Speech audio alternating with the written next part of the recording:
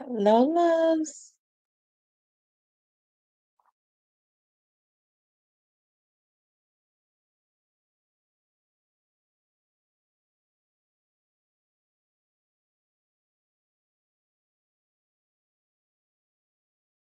I'm gonna let you all start getting the notifications. It's 11 o'clock and I'm kind of wired up.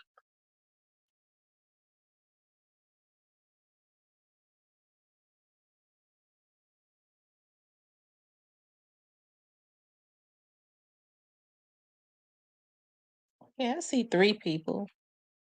Hey, Teresa. I didn't plan to be on long at all. I just wanted to get on for a few minutes. I really was just gonna make it like an open topic and just kind of talk to the chat. And just kind of talk to the chat. I finished doing my weekend. Don't you know I still do the Wii game? I love the Wii Fitness, the Wii game exercise. I have salsa, I have country dance, and I have all of the Wii dance. One, two, three, four, five, all of them.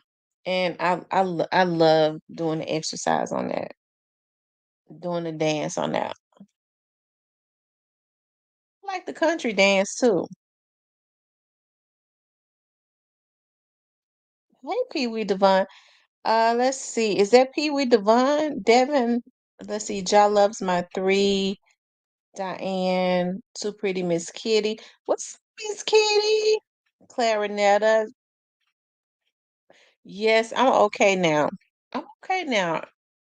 I was looking at Facebook and I think a lot of people are just really, especially like around the Memphis area, like a lot of my Facebook friends are really melancholy about it, you know.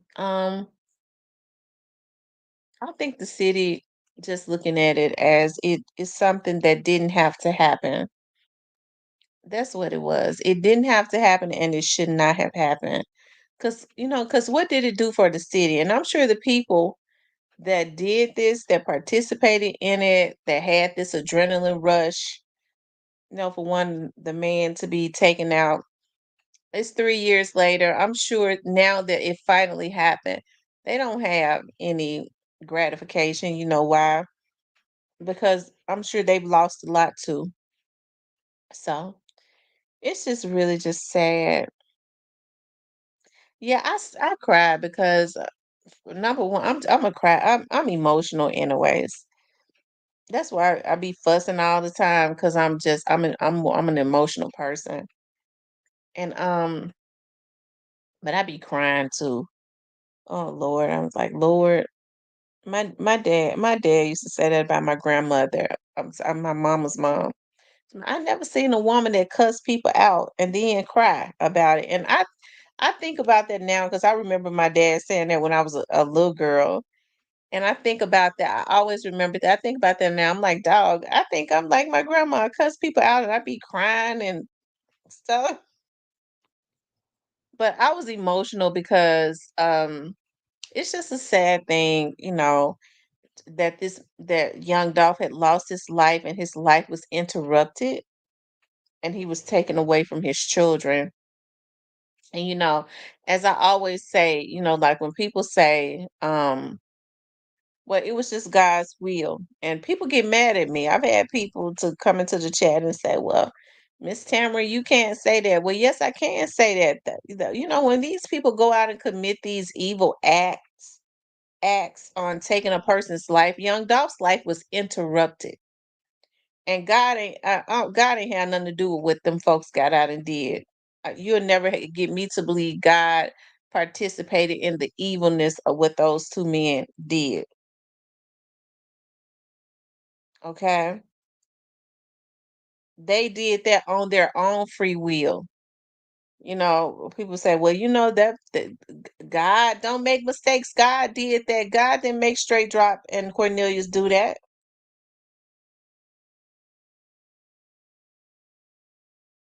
So it was just that was their evil will. It's just sad they interrupted that man's life. As a result, they interrupted their own lives. And look at what's happened as a result of that. It's been like a domino effect.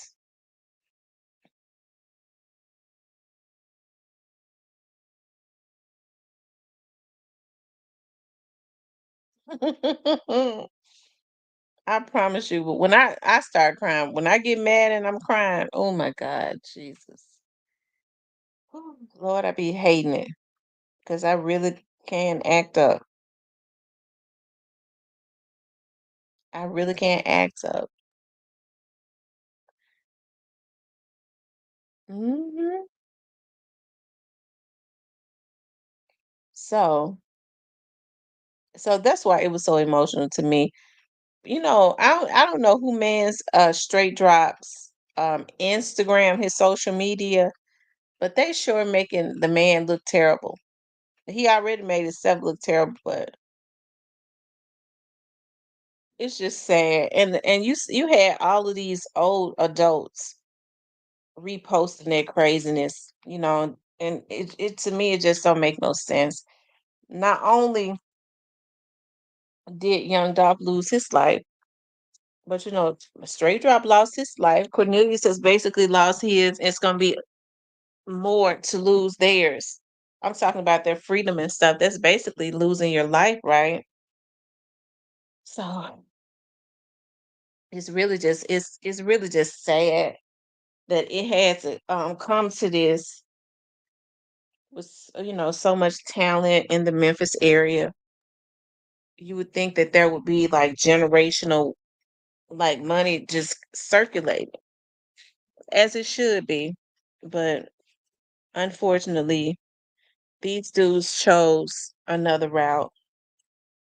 you know hey, it's sad, but the thing about it is they chose their own fate. To see him rocking back and forwards like he was. Hey, I wonder, do any of those OGs have any conviction about what they did? Sending out these younger dudes to go take out a man that they was jealous of. So you have to reap what you sow. Straight Drop got his. Even though Cornelius he told it because he got mad because they didn't do him right, right? But he didn't do Young Dolph right. So, because he jumped out and he was willing to go and shoot up anybody. So when people talk about Young Dolph security, having more security, them boys was, you had a junkie and you had a guy that was willing to sell his soul. And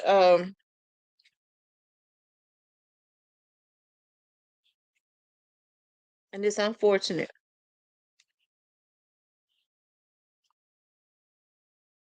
Hold on, y'all. I be hating it when I get around here and start losing shit. And that's exactly what I do.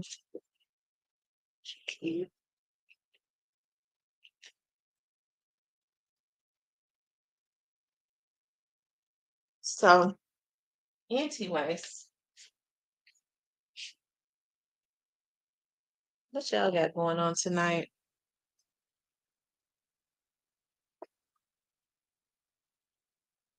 I'm always losing something. It's because I have so much going on. I be losing stuff.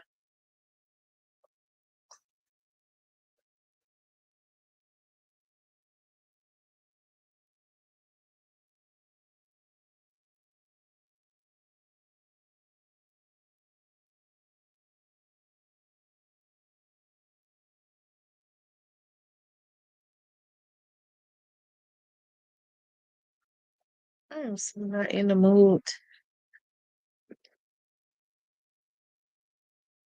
Hold on for a second, you guys.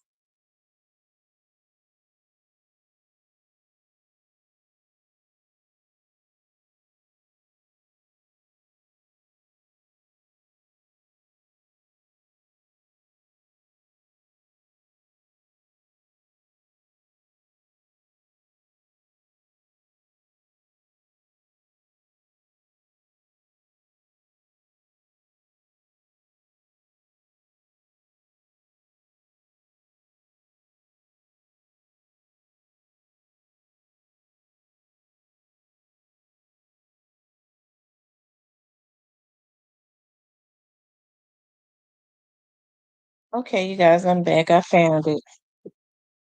So,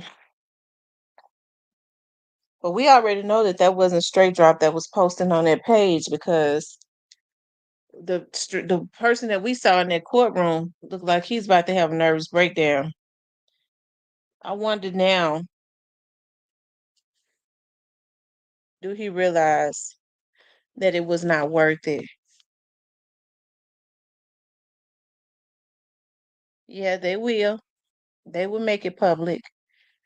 Tamara, I can tell you have a heart and it's real sensitive because no matter what, it's sad that the so-called OGs didn't right. That's what's really hurtful to me that the so-called OGs didn't take their position.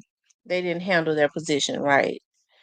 And as you get older, the OGs is just another word for what the Bible reference as elders, right? And so the Bible says that the elders are to be reverenced, so to speak, because of their wisdom, to be listened to because of their wisdom. They live longer and all of that.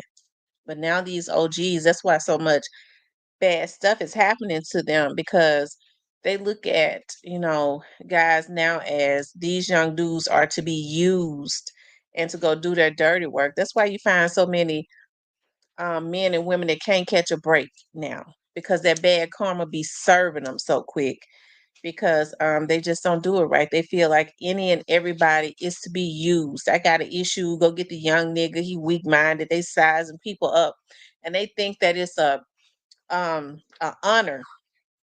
Yeah, I sized that nigga up, I sized her up, she going. Yeah, I can use her, and so that's the reasons why a lot of bad karma is kind of circulating as it relates to a lot of people. No, so because anybody can tell, anybody that has any type of sensitivity, that has any type of human feelings, can look at straight drop in that courtroom, rocking back and forth, and tell that he was nervous. He's had time to detox. He's had the opportunity. He's 3 years older. He's still young. He's 3 years older. The only thing a lot of those people have done is boost him up so that he wouldn't mention their names. Ain't nothing gonna happen. You a jury and they ain't got no evidence on you, this, and that. When it was clear, them folks laid that out clearly. To be completely honest with you, the defense attorney knew that he was gonna be found guilty.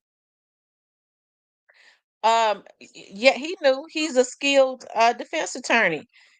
That defense attorney that Straight Drop has used to be a prosecutor for Shelby County for many years. He was the assistant district attorney. And then he left and moved to Nashville and started practicing criminal law, defense law. So him being an ex-prosecutor, he knew just like Cornelius' attorney knew.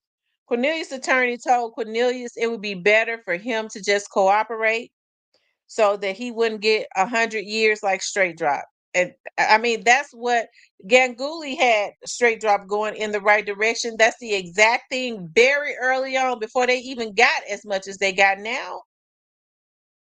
They was consistently collecting evidence. If he had listened to Ganguly, he probably would have got 30 years because that was very early on. If he had just went on and pleaded out, yeah, he was shaking real bad. So I'm very sensitive to that. You know, Orange Mound Quets, the Jukes, all of them, the Gottis, all of them, they should be ashamed of themselves. They really should. But you have to reap what you sow. You sure got to reap what you sow.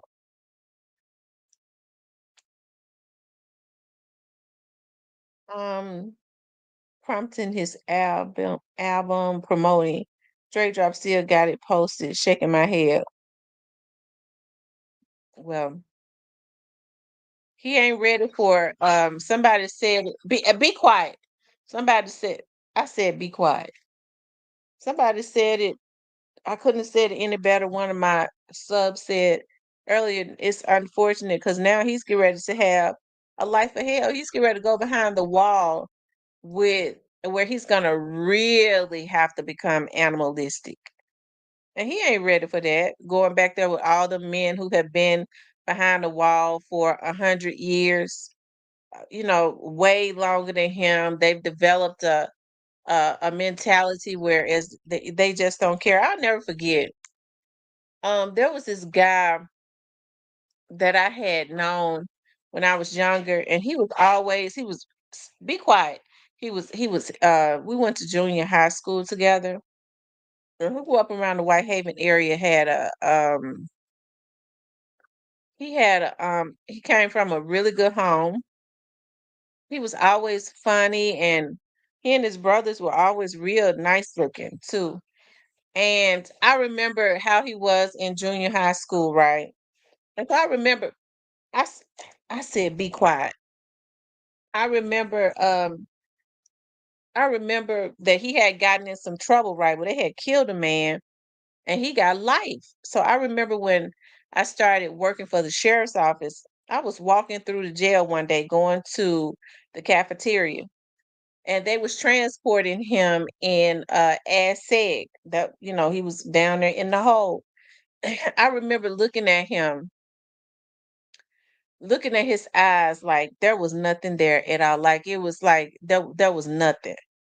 He knew that he was going back and forth to court. He knew that he was going, he was getting ready to because they ship him back down to 201 whenever they have to go to court and stuff. He knew that was it for him. Like it was his eyes. You could tell, look at his eyes and tell that there was nothing there anymore. Like no feelings of anything. Straight drop today, he still got feelings. Okay.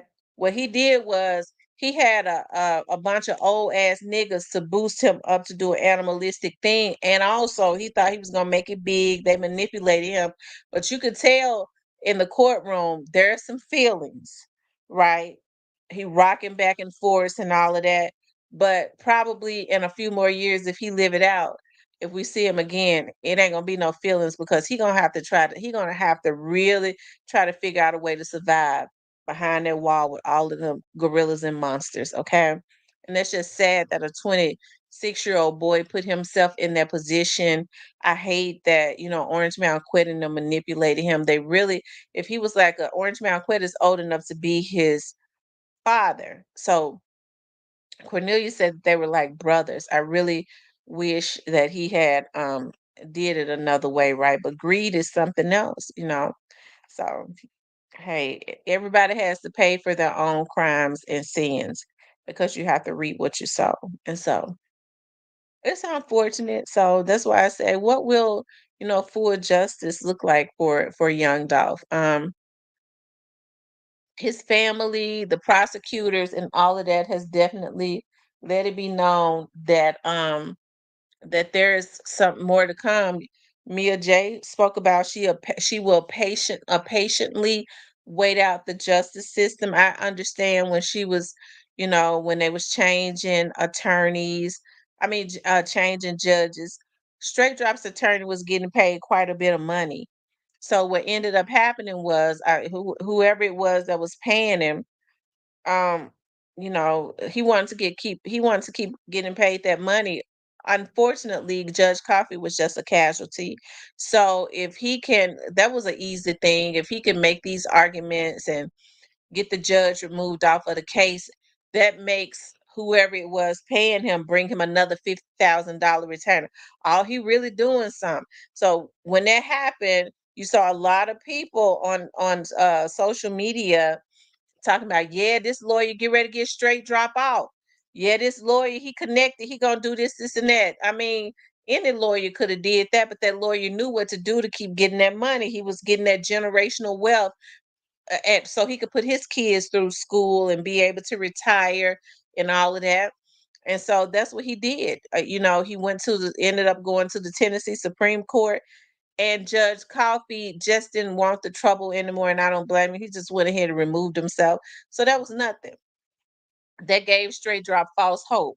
Well, when he asked the judge, um, you know, if he could go outside of Shelby County to get jurors, because the plan was to ask if he wanted the case moved. And but he slow walked it. He didn't expect for her to say, yeah, you can go outside of Shelby County. He was hoping that she would say no so he could play more games, and she said yes. And what happened was Straight Drop stood a better chance if he had gotten jurors from out of Memphis. I'm gonna tell you that right now. Memphis is chocolate city for real. Chocolate city and county. So I know Straight Drop's attorney was being paid by CMG, so they put him there to make sure that he didn't plead out, so he didn't tell on them or nothing. And so when I was told that he went like around Madison County, and all of that, but that would be Jackson and Covington to get jurors, okay? But I guess they got them from out of Nashville. No attorney would have ever allowed for all of those white people to be, especially when it comes to something like this. That's why I say what was he really there for, to sabotage him like he did? Because any other attorney, when they look like they would have had him to go ahead plead out. At least you can get out, by the time your child 30 or something. But he was there to ensure that he didn't.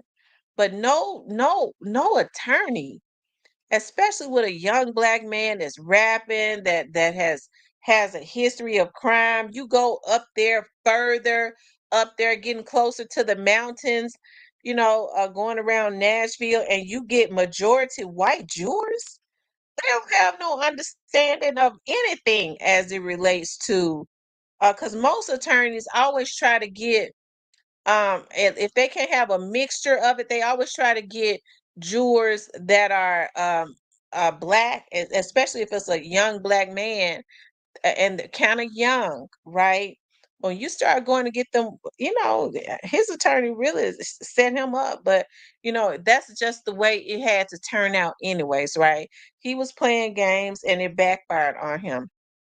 It had to turn out that way. It would have turned out that way anyways, either way, because you have to reap what you sow. So, will Orange Mound quit go to trial? I don't know. I hear a lot of people asking about that. I don't really know what's going on with Orange Mound quit at this point, because Straight Drop's attorney alluded to something was going on and said they had a witness that they could have called who was involved in this, and the prosecutors chose not to call him. I don't think the prosecutors addressed that. It could be, I believe that there is a reason for it, but um, Straight Drop's attorney basically wanted to put out a whole lot of stuff, but Cornelius put the majority of it out. He said a lot of stuff that Straight Drop didn't want to say.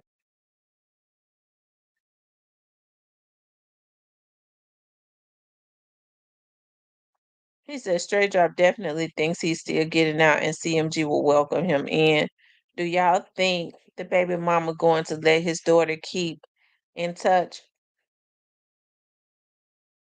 Well, I mean, they can do phone chats and stuff now from jail, so she'll be able to, I guess, FaceTime him.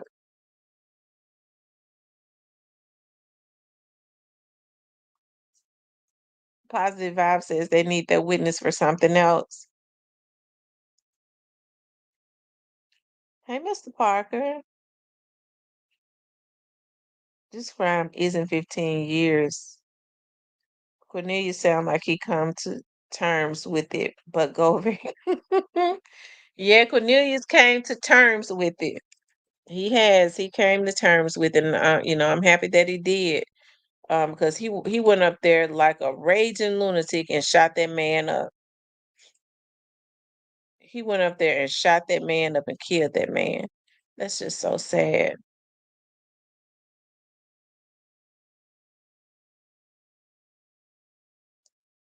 Hold on.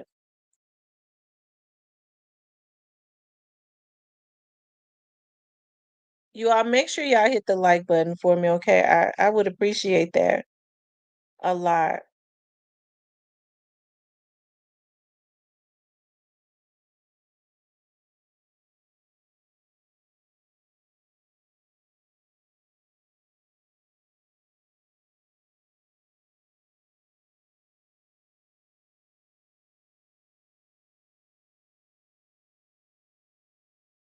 Okay.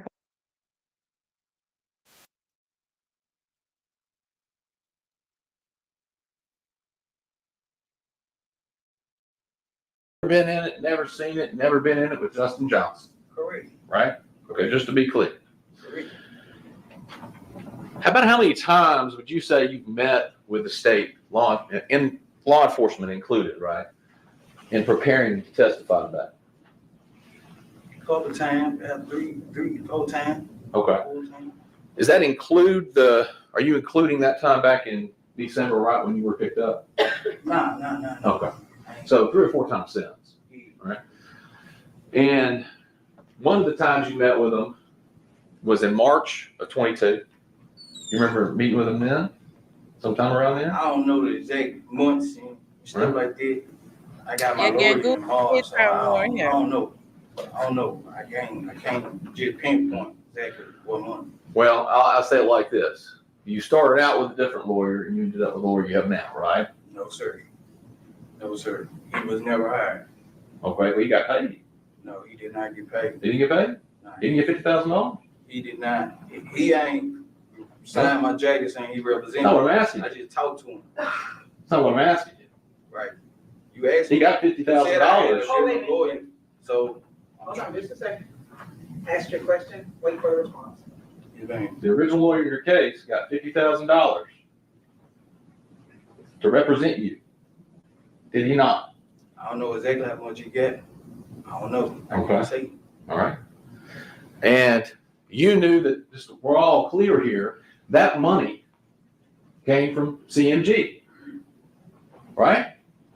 Yeah, I don't know exactly who, but yeah. All right.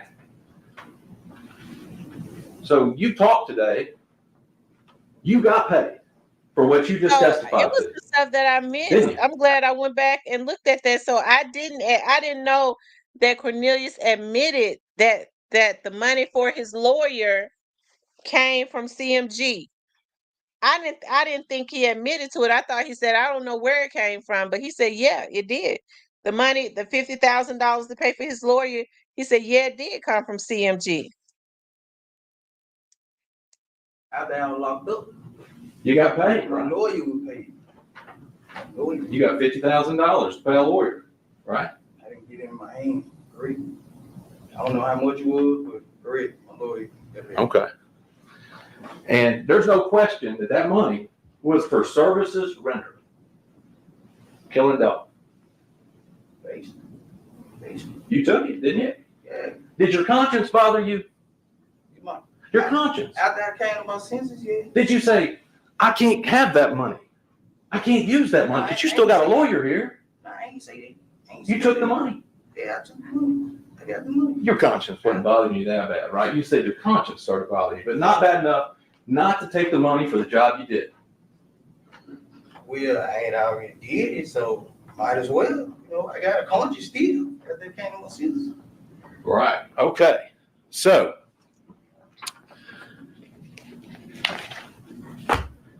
you didn't think, man, I really shouldn't be able to keep money for killing somebody.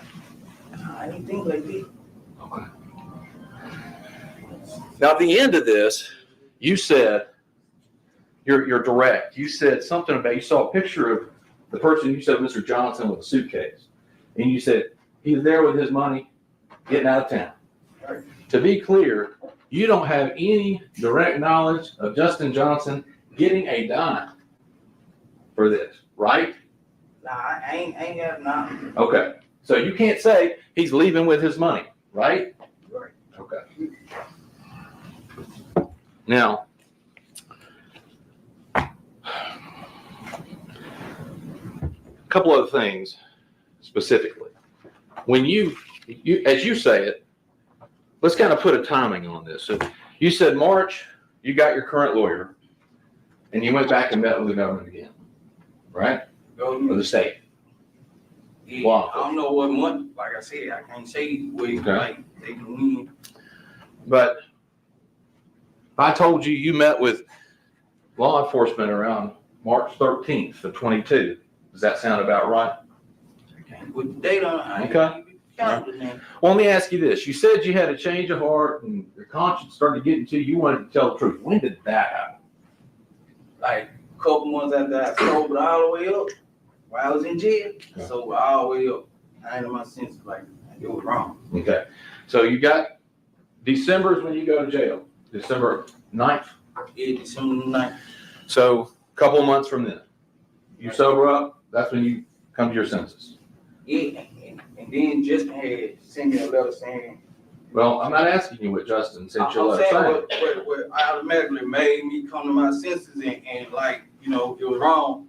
You know what I'm saying? When he said, cut him loose, take the juke, and quit down with me.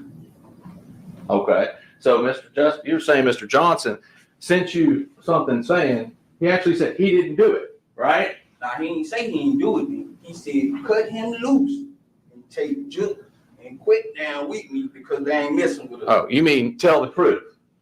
Right? Because he didn't have anything to do with it. Tell the truth. Nah, he's saying me take the downfall. Oh, okay. Cut him loose, let him go. Okay. And tell him get quick and him change clothes and quit with me instead of him. Okay. Let me ask you this. Did you get it directly from Justin Johnson, this kite you're talking about? You know, we got rock meeting and stuff, but we were talking through the vent. I was in each part, he was in each part. We were talking through the vent. Did you get it directly from Justin Johnson? Nah. Did you see him write it? Did I get it? He said, did you get that? Did you get that kite? Did you see him write it? Nah, I ain't see him right. I'm in another part. Right, you can't even see him. He asked me, did I get that kite? Okay. He sent me more than one. He sent another one and said he got 7K. I could take that. I'll leave. Where's that? I don't know where it's at. You lost it? Nah. I sent it on out to my folks. Man. Okay. Sent All it right. on out to my folks. My sister. Okay. So you started telling the truth then. So surely by August, you met with the state in August 10th of 22. Surely by then you're telling the truth. Yeah, you don't tell the truth. And you would agree with me, the truth doesn't change. It's the truth, right? Yeah, it's the truth. You know, quit. Yeah, he's telling on the jealous too. They took the kite. Kept me, so might as well tell the truth. If we gonna tell the truth. Okay. So today, for the first time ever, you testified. Listen, y'all, this is what I want to say. They paid him $800 to take out Young Dolph, and then Straight Drop wanted to pay him $7,000 to take the full blame and let him go. Ain't that some shit? That you wiped that Mercedes down. Yeah. You've never said that before. No, I ain't know. You never told them. You never told them that you wiped that Mercedes down? I never told detectives when I talked to them. No. Why would you not tell them? They've asked you every question under the sun about this case, right? I said detectives. I never admitted that I was involved to detectives when I first got locked up December 9th. You know they take notes and they recorded your entire interview. Right. From August. Right. Why didn't you tell them in August you wiped the car down? Because we were talking about some money, you know, we slipped my mind from. And they specifically asked you, and you said They ain't asked me that way you cut it in. They can perceive the age. You don't recall them asking you and you saying, Justin said he had someone wipe the car down. Yeah, he told me he had somebody to wipe the car down too. But you didn't think to ask him, I right? told him that I wiped it down. He said he used the right stuff, but I got somebody else to wipe it down. You know what I'm saying? So now you're saying you told Justin that you went and wiped it down. Yeah, I told him too. Why didn't you tell that to law enforcement who's seeking the truth from you, right? Those stuff slip a person mind too. You know what I'm saying? Like, Kind of an important detail. like they ain't asked me that I wiped the car down, so You don't think so? I don't recall. Well, your fingerprints are on that car, Correct. right? Correct. So when did you go do that? Like a couple days after the shooting. Did you tell Quet? Did you go by Quet's house?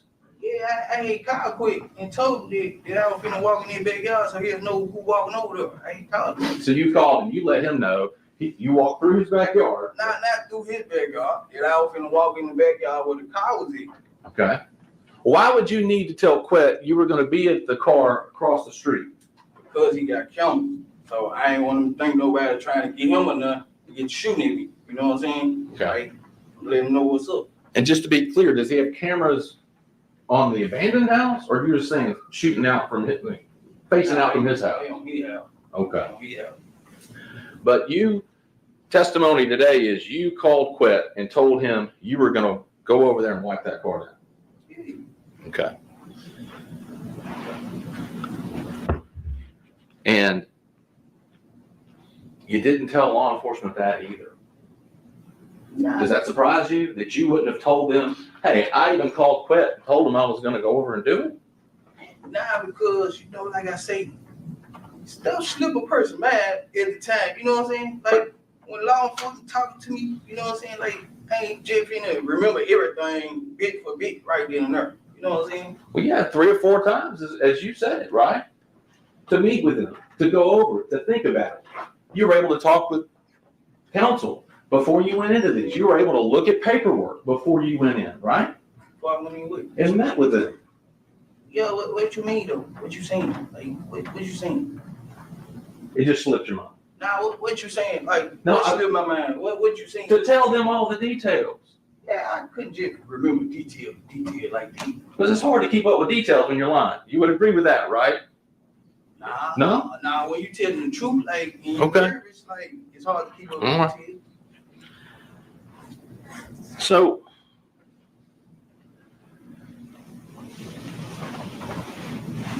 you're saying that one just slipped your mind. Okay. You didn't bring it up, they didn't ask you. You just slipped your mind. Okay. I answered the questions they asked me correctly, you know, like, if they ain't asked me, if I don't recall them asking me, I ain't answering.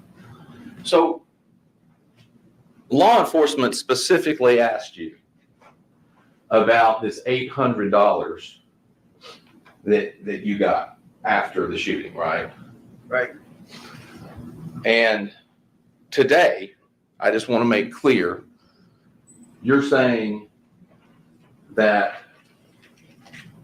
$500 was hand delivered by Justin with a letter to your neighbor. Right. And her name, just to be clear, is Vivian Fifi, right? Correct. Lives next door to your dad. Correct. And you know that happened, correct? Correct. You say you were on the phone with Justin and Miss Fifi when that was happening. Correct. And to confirm that Miss Fifi actually got the money. Correct. Okay? Now, but you would agree with me that's not the story you first told law enforcement, right? I don't recall. You don't recall? I can't say it's correct in that, because I don't know what I told them, like, when I first talked to them. But is that I the can't truth? recall the interview that I had with them back then, so I can't say it's correct or it's not. Okay. Well, did you tell them that you told them the truth, right? Yeah, I told them the truth. All right. So, in that same interview, if that's the truth with Miss Fifi, in that same interview, earlier, why would you tell them that some masked man came in a Chrysler 300 on 2 occasions No, I and did said, not say that. you didn't say that. I didn't say that earlier. I did not say that. Said a madman on 2 occasions came. You didn't say that. Justin dropped it off to Miss VP the first time, and he had somebody with a mask on the second time with $300. That's what I see. So if that interview recording's got your voice saying that you and Angela backed up in the driveway the next door and on 2 separate occasions, the first time somebody brought $500 and your girlfriend Angela got out and got it and you stayed in the car, and then on another occasion, which is what you said today, somebody bought $300 and Angela got out and got it. You're saying that's just not it. Like, you didn't say that. Somebody else jumped in your interview that was recorded and said those things. Yeah, I don't remember saying all that. I can't recall the interview. Like, I got to hear it for me to say, yeah, you know, I see it. Yeah, I got to hear it. Okay.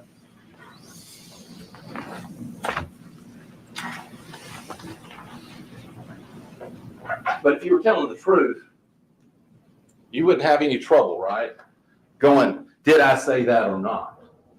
Because you know you didn't say it because you told the truth. I'm telling the truth. I'm telling This time or that time? I've been telling the truth all the time, all along. Okay. Since that good, might as well tell the truth. A couple of things. You had only two conversations. Well, let me back up. You had one conversation at Quet's house where Jook was there, correct? Correct. Justin wasn't there. Nah, you want to. And then you said you had an earlier conversation with just you and Quet about the dog hit, correct? Correct.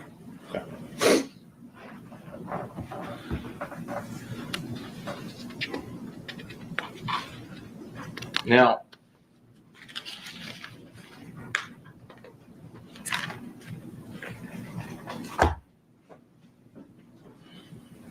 this conversation that you had at Quet's with Juke was there. I think you said you went to buy X pills. Correct. You weren't going over there for the specific purpose of saying you wanted to a chance at killing Dolph. Nah. Did you ever, during that meeting that you had with Jook and Quet present, did you ever say that you could get up on Dolph real easy because you know where his aunt lives and you see him over there at least once a week? No. Never said that. That was it.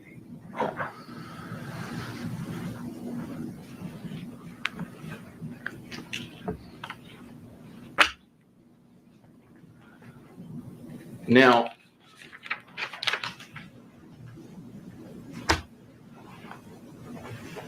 you've testified today that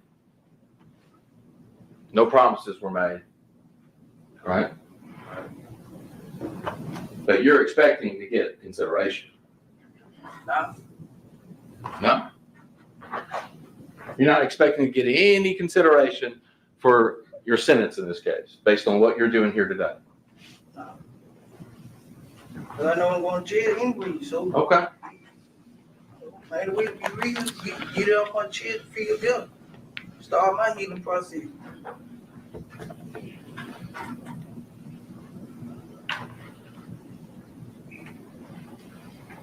It's not what you told your sisters when you wrote them back in March of 22. I don't know. Probably not. You lied to them? I say anything. I don't know. Now we're getting somewhere. You'd say anything. I'm saying like in the letters because I know for sure that they taking my letters and stuff. So You told them my lawyer is trying to tell me my best out is working with the feds, helping them, something I've never done in my life. yeah, So you're telling them I didn't do this. I didn't really do it. But I'm going to say I did it so I can get out of prison. nah, I ain't saying it like that. I ain't saying it like that. Like I'm saying like it's my best out to be honest and stuff like that. You know what I'm saying? Like, be truthful because they already know. So if they already know, why play with these folks? And they already know. And then you said, just so on that point, your lawyer, he said that's the only way I will not do life in jail. Yeah, if I said it then, you know, if what I said, if I wrote that, I said it. So I ain't finna say I didn't write it. And then you say that you're hoping essentially not to do any time because your lawyer that you have now was responsible for getting one of the people in the Holly Bobo case out without doing any jail time. Hey, rest in peace, Yeah, I young told dog. them with history, you know what I'm saying? Like his history. Y'all had to make me some hot what tea. he did in the past ain't got nothing to do with it. Y'all know I started getting tired.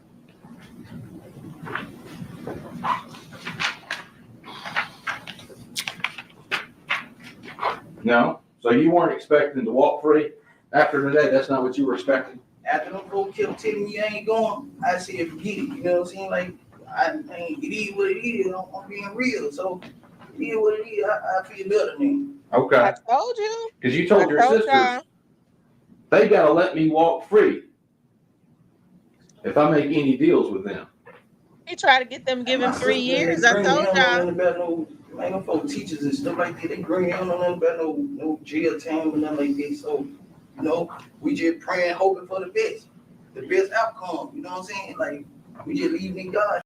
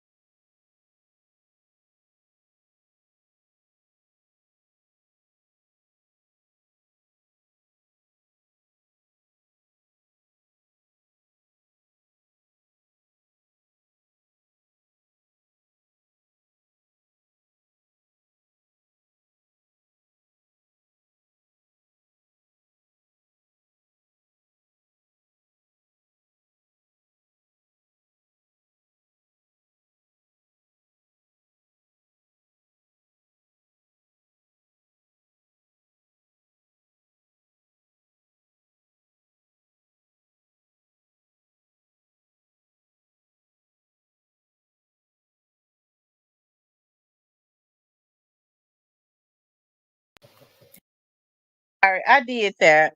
I did that by mistake. Hold on. I ended up hitting something that I shouldn't have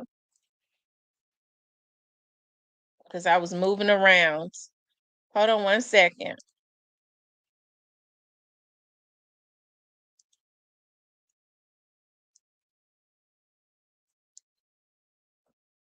Let's see if we can go back to exactly where we were at.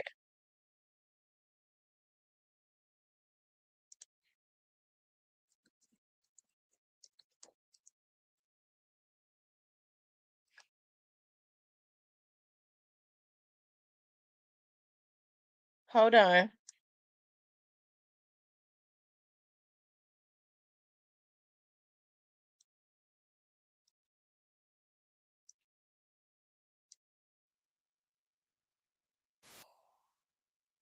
Exactly. Bulova aired J.R. Tamara. After the golf killing. Okay? You have an attorney for that case, is that correct? Yes, sir. And he's actually in the courtroom today. Yes, sir. You have pled guilty to being an accessory after the fact, several counts of that offense for taking control over a car your brother was driving afterwards, for taking control over We got the same dad, different mom. Hold on. That's the wrong one, y'all. Hold on 1 second. I don't want to hear Jamar because I wanted to hear the prosecutors. Hoping for the best, you know what I'm saying? Outcome, you know what I'm saying? Faith. Exactly. Hoping to walk free I told y'all if you go Cornelius in wanted them and to give testify him in this 3 case, years. right? Before I talk to They them wouldn't go folks for and stuff like that, like, before I talk to them, they want to tell my sister, them, like, man, I ain't never did no police ass shit, but, you know what I'm saying? Quinn already told them everything. They already knew everything, so I might as well, you know, tell the truth. You know what I'm saying? Tell my road, tell his road, you know what I'm saying? So, be honest. Well, and you bring up Quet in this letter. You even tell your sisters that when you saw Quet on December 8th, it was like he had a limited time to find somebody to pin this on. Talking about Quet. Hey, you know, I was just getting locked up, right? So I want you to say, yeah, that was me. I'm not going to say, yeah, I know that was me or nothing like that. Any letter. I'm not going to do it. I'm not going to do it.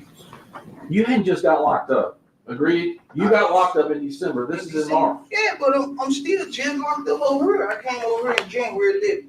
So I'm over here now, and I know, man, everything I do, say, whatever, right? They might intercept it. They might listen up. They listen on the phone, so I can't talk like I really want to. You know, letters of me.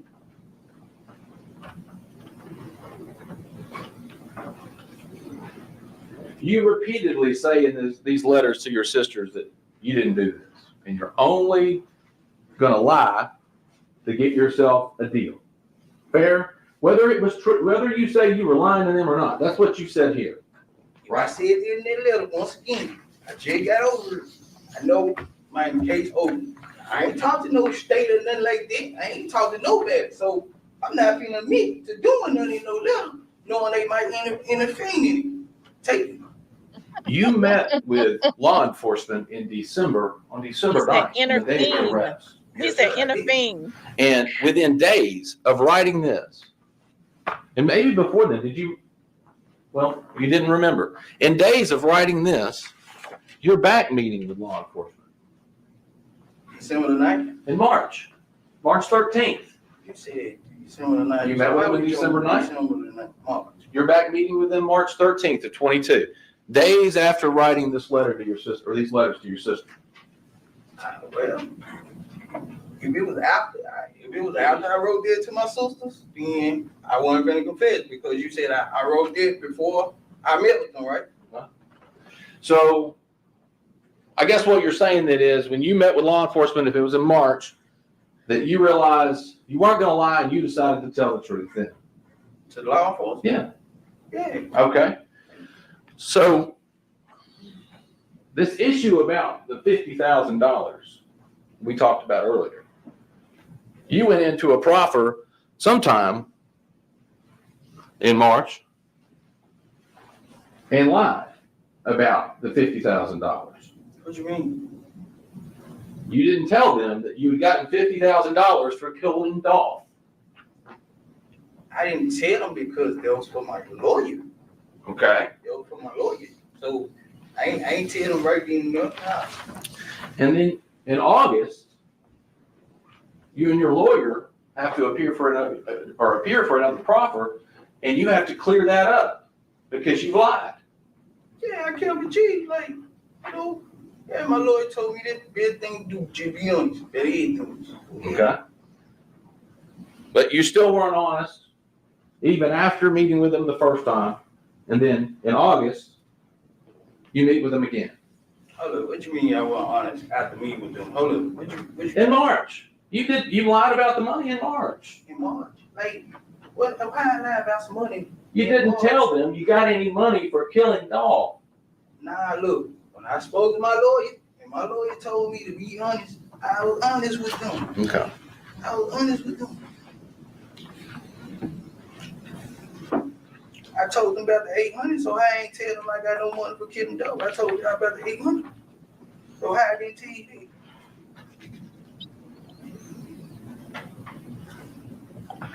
Now,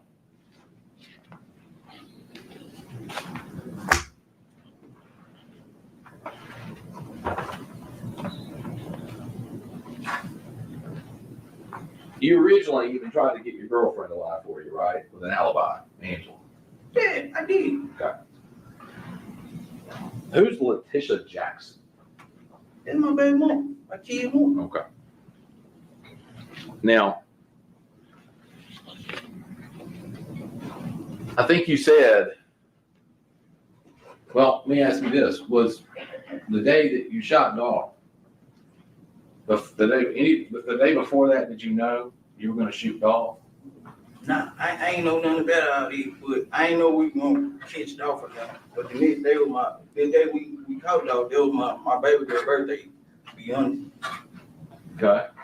And I know I told her about a house, buying them a house and all that, because I knew that they already had hits on everybody's head, and we was out looking for somebody.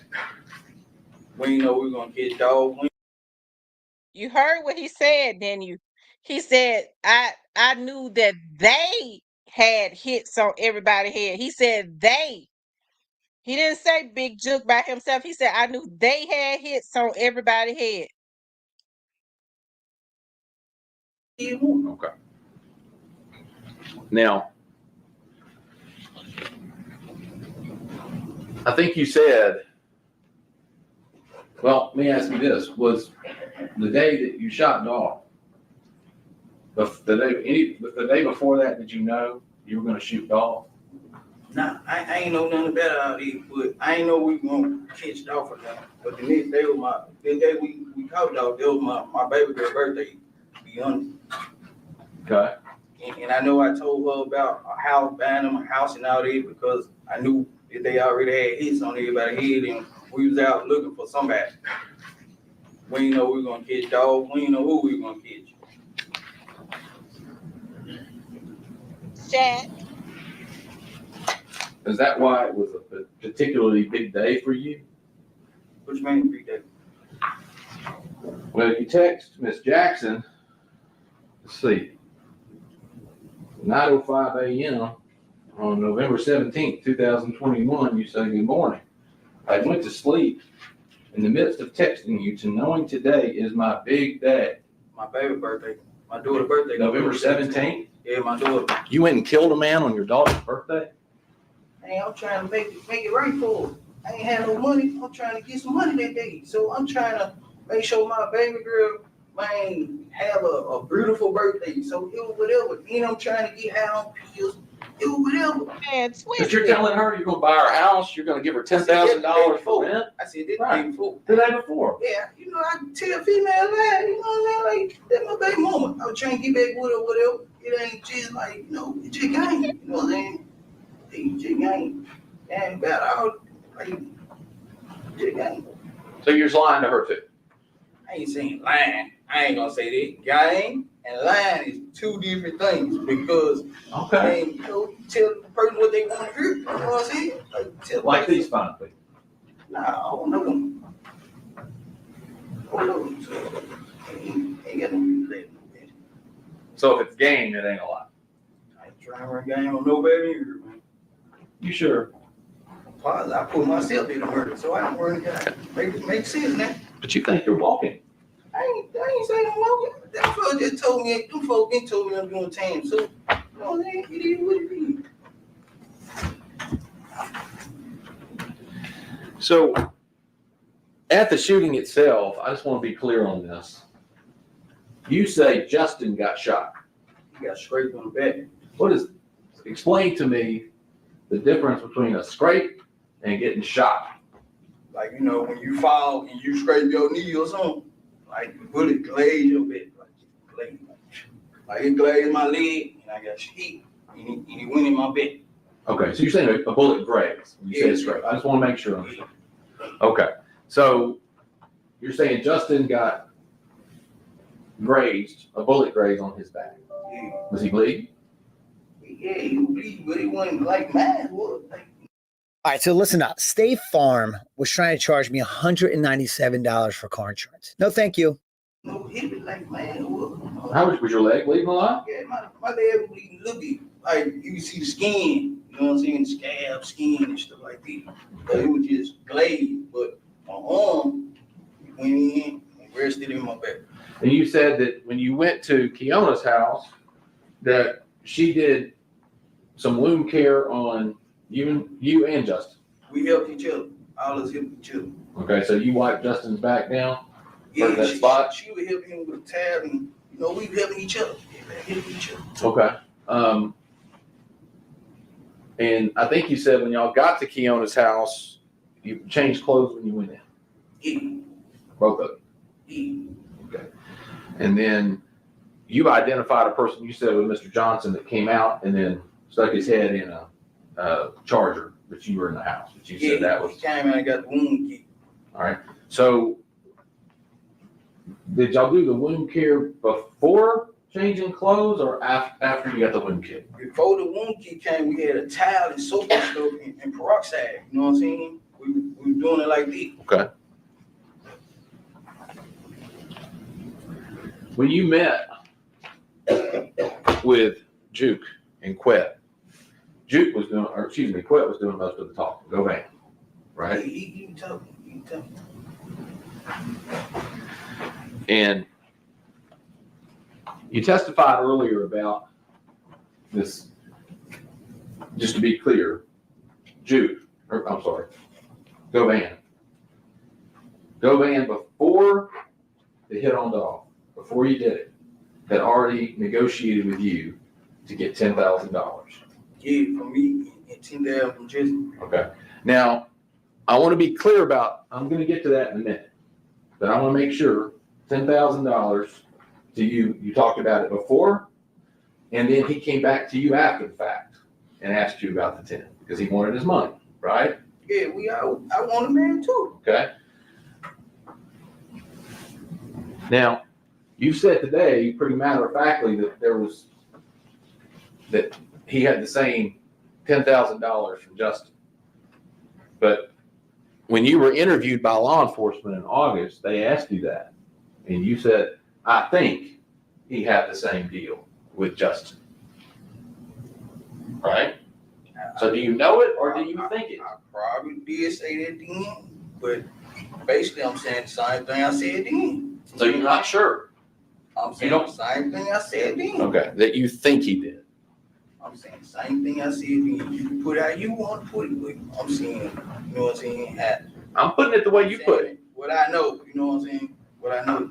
All right? Yeah. Well, if you know it, why would you tell them then that you thought it? I think he got it. Why wouldn't you go, he got it? He had the same deal. I was there. Yeah, because Justin ain't bring me my money, so I don't know what he gave me. You know what I'm saying? So, Okay. that's what I'm saying.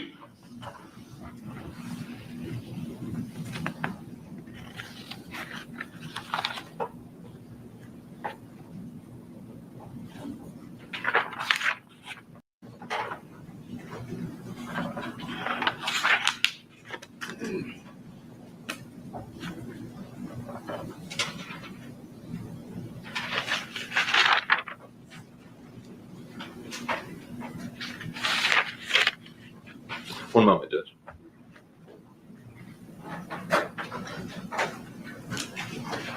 Y'all, do Cornelius seem like he nervous?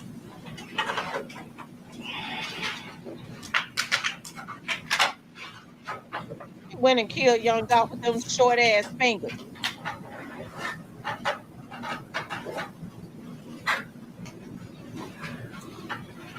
When you were in the white Mercedes, you were bleeding a lot, right? Bleeding a lot. Nah. I wasn't bleeding a lot. So you told law enforcement that you were bleeding really bad. Yeah, once it started coming out, once I see it, saw it, start panicking, you know, like, dang, blood started coming out. But I know not to panic that bad though, because I've been shot before. So in the white space, I'm sitting up like this, so my blood don't get nowhere in the car, sitting up like this. And we driving at a fast pace. So I jump out this one, jump at this position, like. Okay.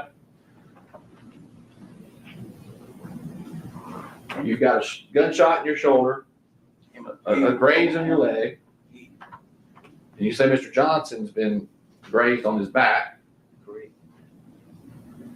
and you can see the graze, right? Nah, I ain't looked at it, cause when he's driving, I'm making sure, we didn't know he was glazed at first, so I'm trying to make sure he don't rip. So I'm like, you all right? You all right? I'm talking to him. But he said he been hit too. Okay, he said he got hit. You've gotten grazed on your leg. You can look down, you felt it, and then you can look down and see it, right? I mean, All right. Now, you said you wiped down this car. How'd you wipe down the car? And what'd you do? what you mean? How did you wipe down the car? What'd you do? You walked through the backyard, you walked up to the car. What did you do next? You know, I had like peroxide and bleach and stuff, and I wiped the cutting. Peroxide and bleach. So you walked back through this yard and you had big things of peroxide and bleach in your hands. You trying to say how I did it with a shot on? I know, I'm just saying, I want to know how you did it. See when you get me. I want to know how you did it. I might need to wipe down a car. I don't know. So how'd you do it? Man, I just wiped the guy there, you know what I'm saying? I wiped the guy there. All right, where'd you wipe? Inside and stuff. Inside in the dope down. Door down? Yeah. So you wiped down, where'd you wipe down on the inside? Like the armrest, seat and stuff in the dope down.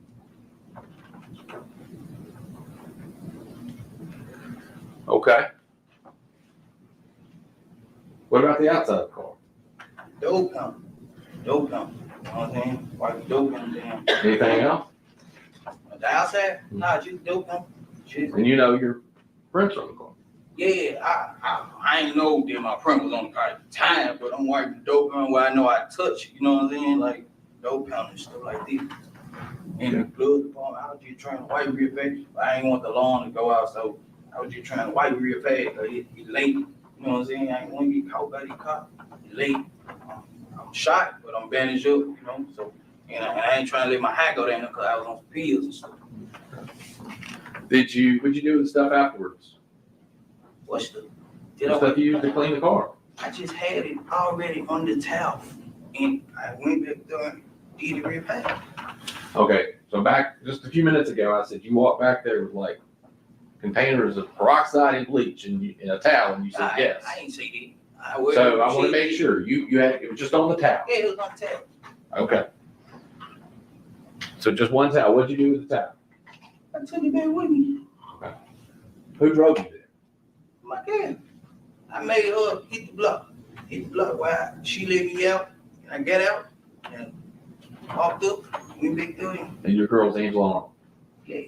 And just so I'm clear, when would this have been in relation to you shoot off on the 17th? Same day?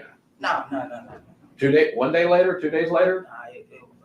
It wasn't, I can't tell you exactly, but it was a couple days later, before they found the car. Okay. It probably was the night before they found the car.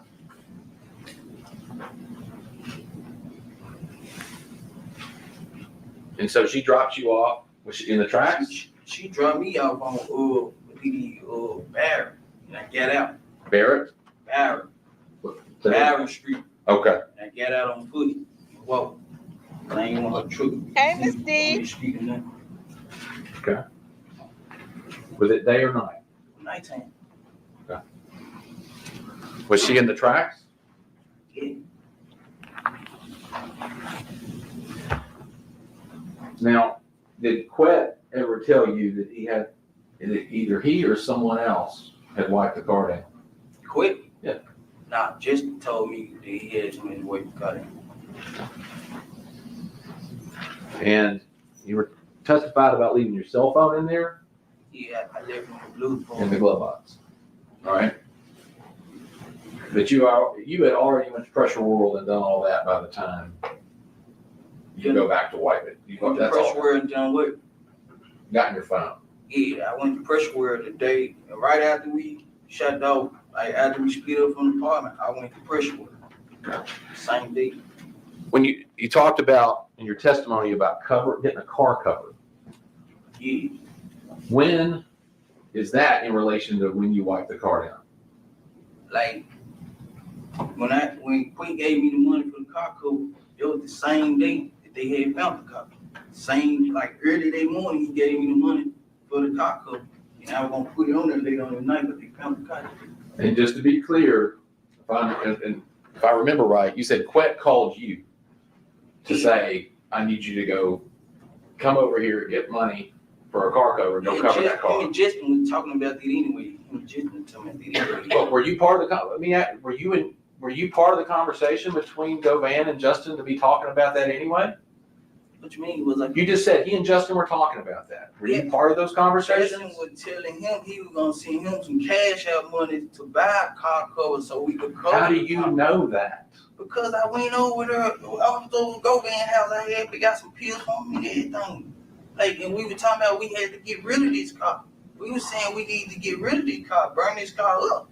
And you're saying that Govan's telling you he's in contact with Justin. And Yeah. Justin, okay. All right.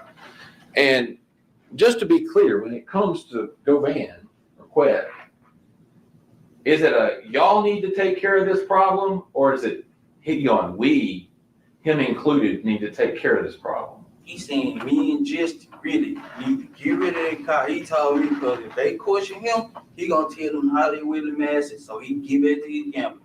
That's what he said.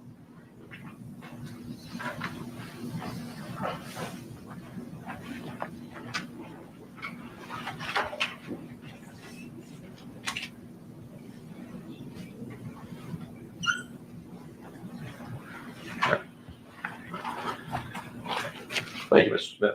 I know, bro. Thank you. Yeah, I'll be super quick, Judge. The last thing, Something wrong with Marcus probably Cornelius. didn't understand.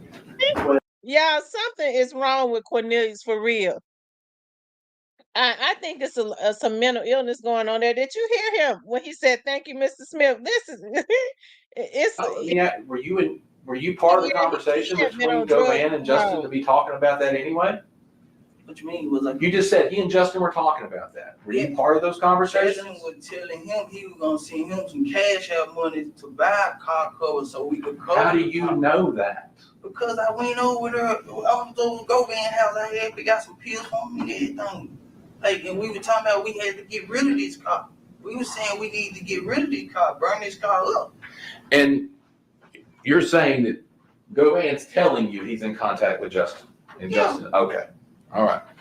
And just to be clear, when it comes to Govan, Listen to what Cornelius said. is Cornelius it y'all need to take care of this said problem, or is he's on it drugs too long. we, him included, need to take care of this problem? He's saying me and Justin really need to get rid of that car. He told me because if they question him, he gonna tell them how they really master, so he give it to his gambler. That's what he said.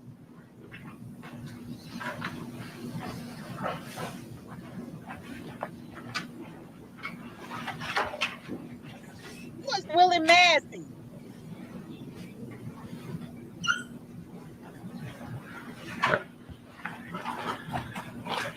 Thank you, Mr. Smith. I know, bro. Thank you. Yeah, I'll be super quick. Yeah, something wrong with. He said, "Thank you, Mr. Smith." Oh, no problem. Something wrong with Cornelius. Oh, no problem. Lord have mercy. Yeah, he was on drugs too long. Lord have mercy. Mm. Y'all look at Straight Drop's face right here. Look at his eyes. Look like his soul left his body.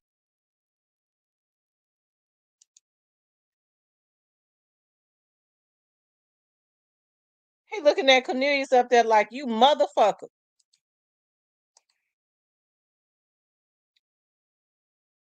I wanted to hear Hagerman.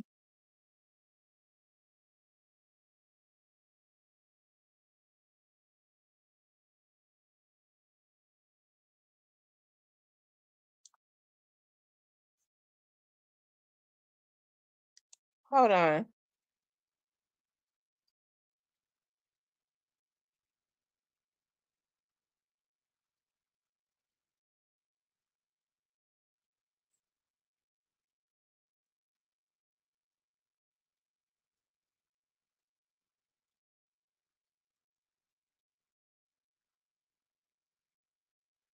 We're still open. We saw him run to the parking lot. He's here with a shoot bag. I want to spend some time with two things. This Mercedes, these two people, Justin and Cornelius, Straight Drop knew that they were going to convict him. He knew from day they one. didn't fall out of the sky on a Wednesday at 12:20 in the afternoon at a cookie store. They had been looking. Yeah, Jamarcus been talking spicy They too. followed them. And for them,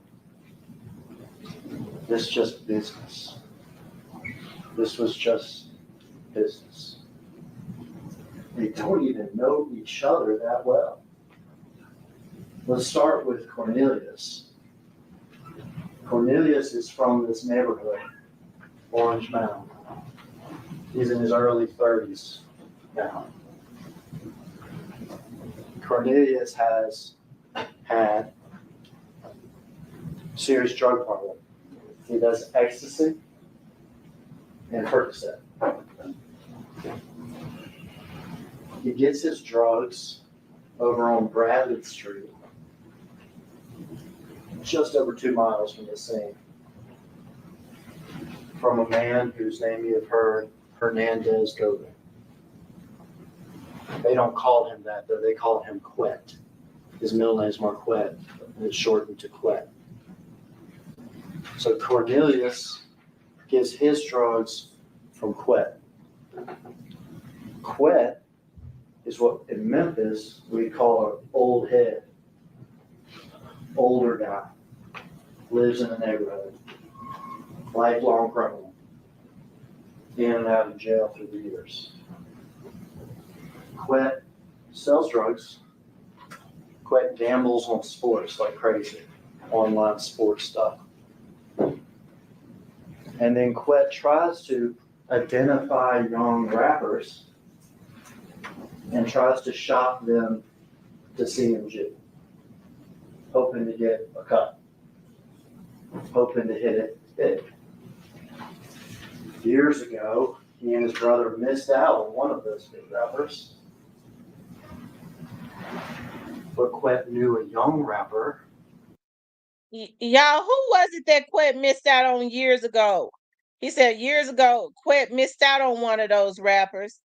So the way he talked, that he had a consistent pattern of getting artists trying to shop him to CMG. I wonder who that artist was that they missed Who out he was on. in the process of shopping to CMG. Oh, Lil Flip. And that young rapper is Justin Johnson, who goes by Straight Drop. Sometimes I just call him Drop. Yeah, I was emotional, Miss D. So Quet's the common person. He knows Cornelius from the neighborhood, knows him well, sells him drugs. He knows Justin Johnson.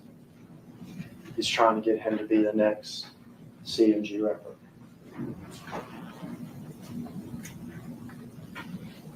But not just that. The business is not just rap. Because Big Chook, person I told you about before, that number 2 guy at CMG. Because it really was. It was sad. It really is. He's put It's out bittersweet. It's bittersweet. a hit. $100,000 to whoever kills Dolph. He has met with Justin. He has met with Cornelius.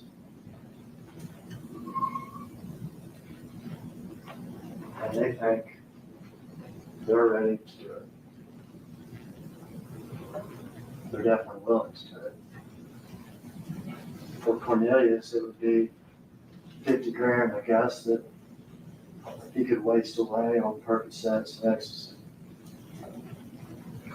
For Justin, it's 50 grand, but also a chance to make it big with CMG. To become the next famous Memphis rapper. Straight drop. They were sent here. They were sent here.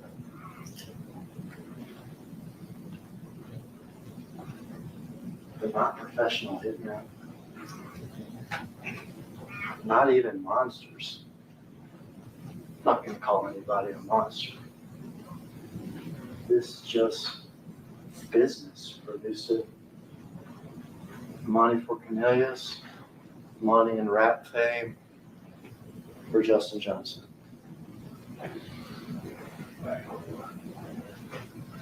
They did the best they could, really. Stolen car. Better to use a stolen car that can't be traced back to me. When we still shot the video, you'll see that they're wearing gloves. Afterwards, the guns get disappeared. The car gets ditched in a neighborhood and wiped down and moved and wiped down and moved. Their plan is to go their separate ways and just disappear into Memphis. They did the best they could.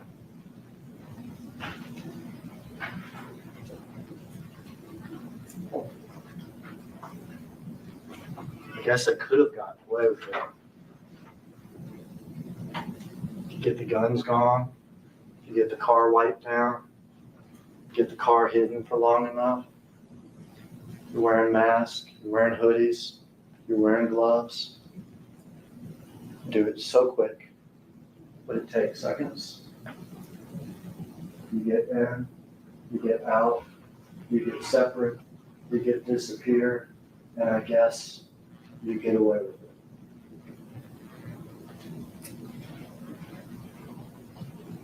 There's a problem there, though. There's a problem there. Still staring at us. One of the big problems. It's not 1981. It's not 1991. It's not even 2001 when I started this building. It's 2021.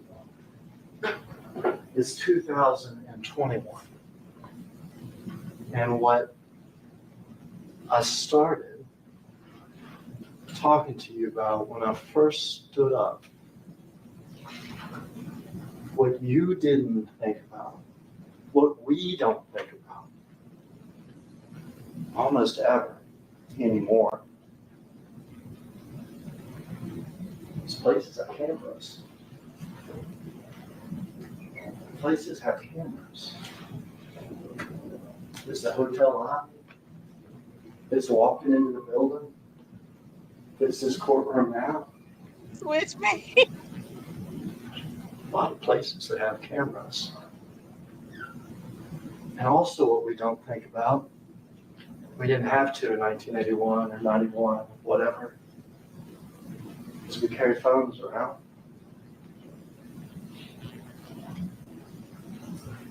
Phones that can give people clues as to where we were, what was going on. We can wipe down cars. We can use stolen cars. We can get rid of guns. We can disappear in the neighborhoods. We can separate from each other. That is 2021. They calling for Gotti and I guess Angela that's to be okay. arrested. We were back up the video about 3 or 4 seconds. All right, we can stop there. All right, so what we saw before was this man first. Remember the one with the automatic weapon, the larger of the two weapons? He got out of the car first from the passenger side. He ran around and shot the gun wildly into Dolph. We're concerned in this trial. Now, Mr. Smith is charged with murder too. So is Mr. Govey. And we've heard that Jamarcus is charged with conspiracy, but in this trial, this is Justin Johnson's trial. This is Justin Johnson. He is wearing tennis shoes that have white soles.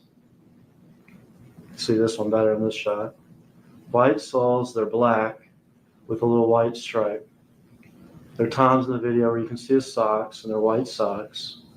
He's wearing gray sweatpants. In fact, there's angles of the video that you can see that this gray sweatpant on this left leg has a little silver-like emblem on it, real small, it's shiny sometimes. He's wearing gloves. See it maybe better there. He's wearing a black hoodie. He's wearing a mask, and he's wearing a Bass Pro hat. All right, so black tennis shoes, the white sole, white stripe up the middle of the tennis shoes, white socks, gray sweatpants. There is a little He emblem made that sure you he can let see them of know some angles that this is just on the, Justin Johnson's on trial, the leg. not Go Black Van's hoodie. or Cornelius's. Here during the shooting, he's wearing a mask, and he's got a Bass Pro hat. Bass Pro store is only, not even a quarter of a mile from where we're sitting, right here. There's other angles and other still shots where you can clearly see it's a Bass Pro hat. And there's other angles where you can see the little emblem that it has on his sweatpants.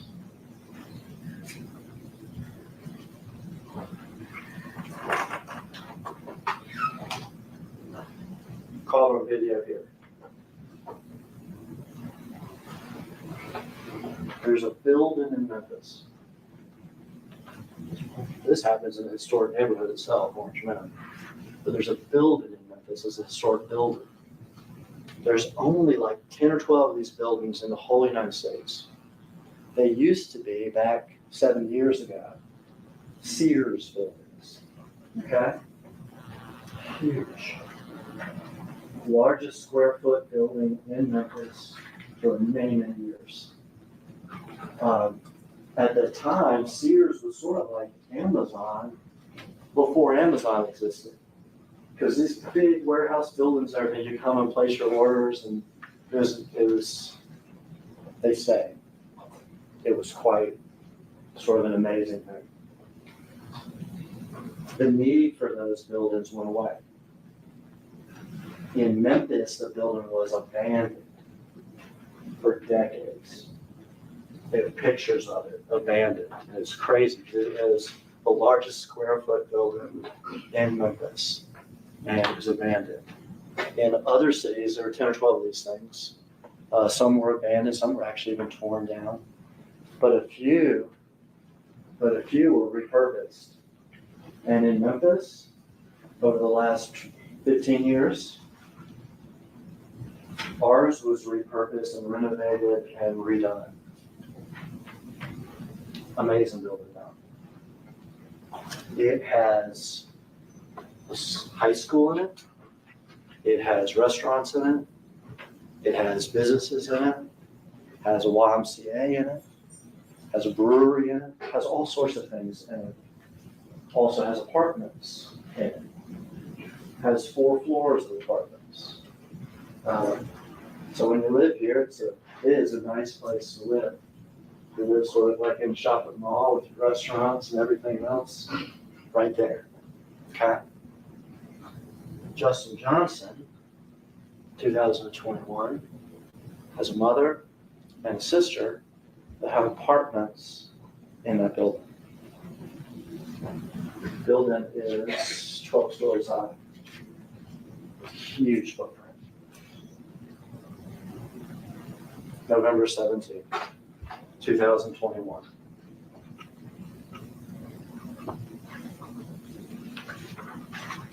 This is less than an hour before the killing.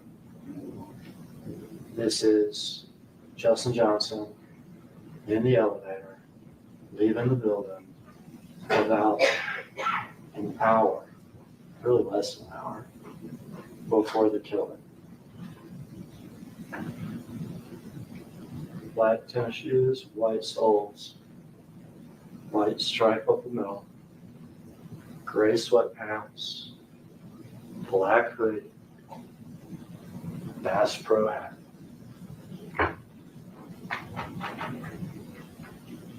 In fact, you'll see picture after picture and video after video. It's the same outfit he was wearing the night before. We'll see him in this outfit from 2 o'clock in the morning, same day, all the way up to leaving the building right before the killing. The exact same outfit as that man in the video.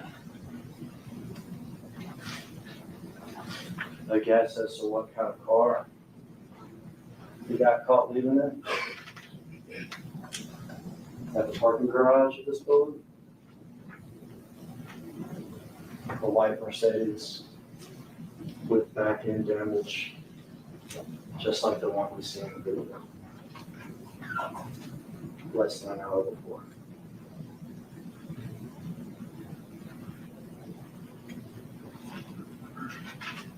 You can get rid of guns. You can wipe down cars. You can disappear in neighborhoods. But it's not 1981. It's 2021. And from 2 o'clock that morning to 12:23 the same day, he is caught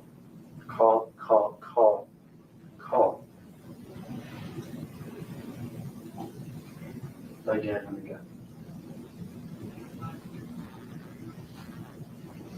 And it's not just before the murder. Cornelius got shot. Can't tell the video. He got shot in the shoulder. He needs medical attention, or at least somebody look at it. You'll see the text messages. You'll see the phone location type stuff. You'll see that Mr. Johnson and Mr. Smith. Straight drop got labor breathing. He breathing. I'm looking at how his chest moving. That they go over to Mr. Johnson's cousin's apartment. An apartment complex that used to be called the Two-Lane Apartments here. Now it's called the Gospel Gardens Apartments. We're talking within 45 minutes of the killing. So we have the killing. Cornelius gets shot, ditch the car, get in Johnson's other car. Then we go to Johnson's cousin's apartment, 2 lanes. So they can try to bandage up Cornelius. So Johnson can change his clothes. So they can try to get away and disappear. How do we know that? Well, their phones, but not just their phones, because again, it's not 1981. That apartment complex has video. You see them arrive in Johnson's other car, which is a white Expedition. You see them from distance walking into the apartment complex. You see Johnson's cousin directing them where to go.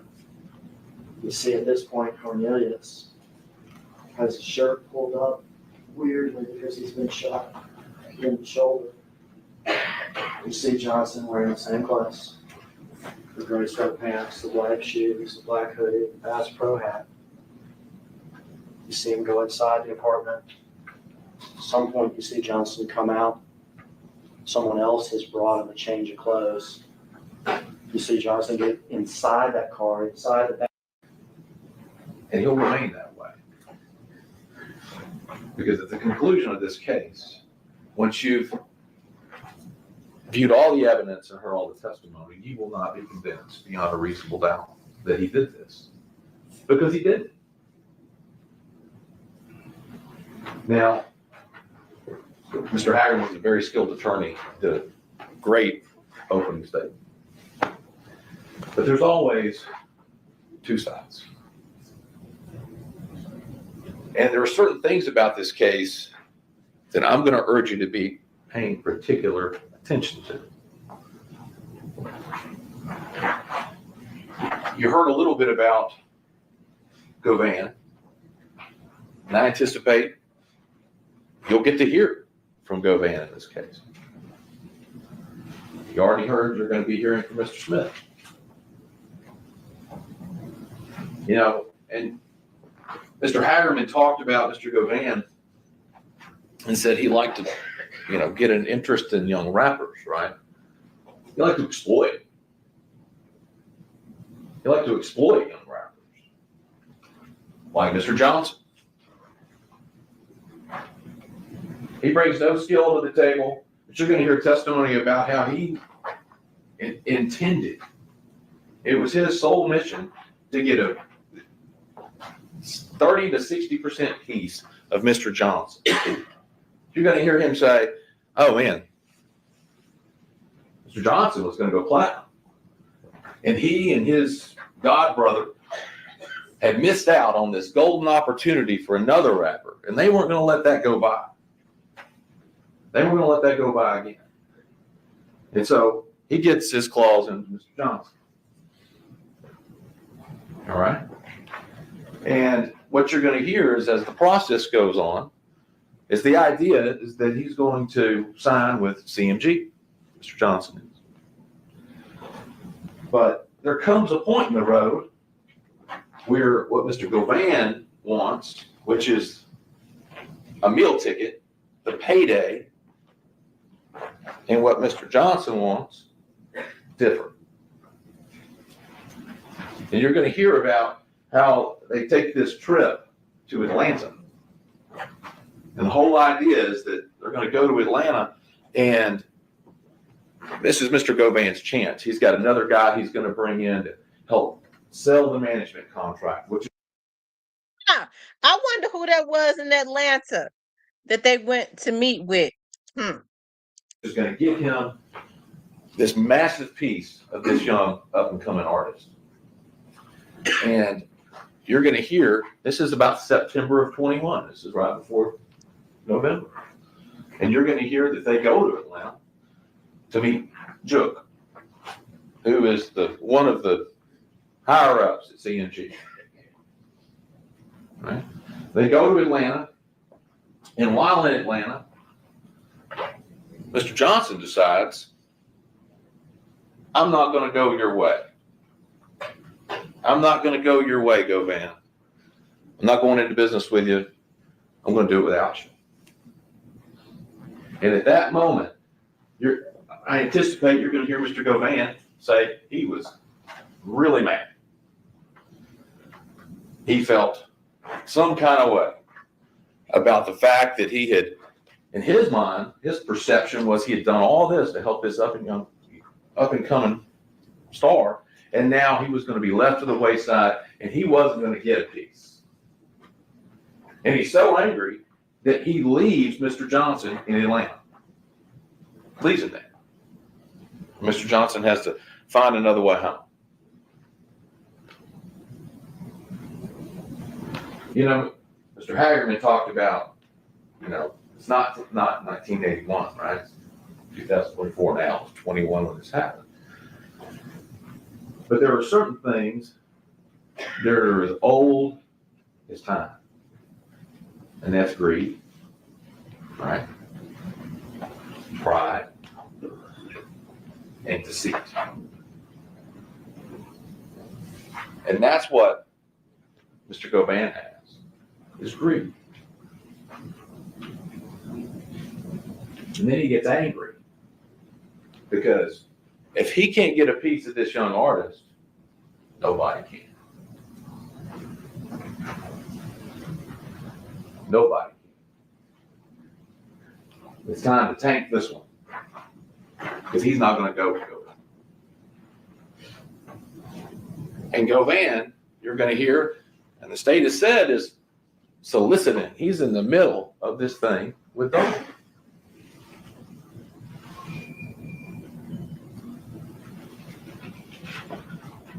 It's going to be important for you through this case to really pay attention to credibility. When you hear witnesses like Govan testify, why is he saying what he's saying? What's he getting at? He's getting something, and you're going to hear it. He's got a vested interest in making sure that he saves his own hide and takes this young rapper, this young man, off the board, since he wasn't going to go with him in the first place, since he abandoned him and decided not to share any of his money going forward.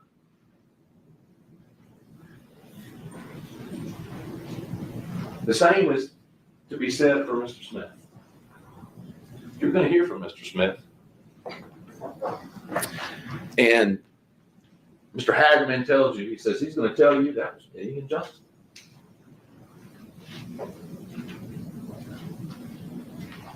You will also hear about other things Mr. Smith has said during the same time that he's been meeting with the state, meeting with law enforcement, trying to save himself. And while he's doing this, while he's meeting with them and telling them this story, you're also going to hear he's writing letters to his family and telling his family, I didn't really do this. I didn't really do this. I'm just going to get the deal. I just want the deal. I want you to know I didn't do it. I'm just saying what I got to say to get myself home.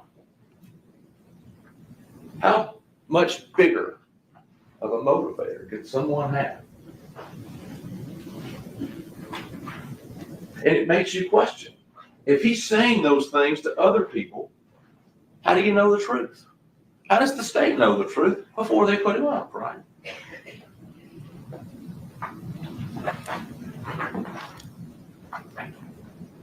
You know, you're right, 2021. There's video. And I'm going to tell you now, similar clothing doesn't equal the same. All right? Video is going to show what it shows. You're going to be able to watch it, evaluate it, look at it. The crosstown videos and pictures that they show you. Look at them, evaluate them. Absolutely. But similar doesn't mean the same. For That's a good thing. mass-produced Govan did items, testify. you have to ask yourself, is there anything particularly significant or unique about those items that couldn't have been obtained by another person and worn by another person? And look, if that video on its own and the other part of that was enough, why would we need to hear from these other folks? Why would we need to hear from them?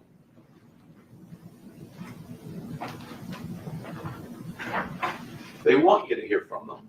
They need you to hear from them because there was references of cell phone information.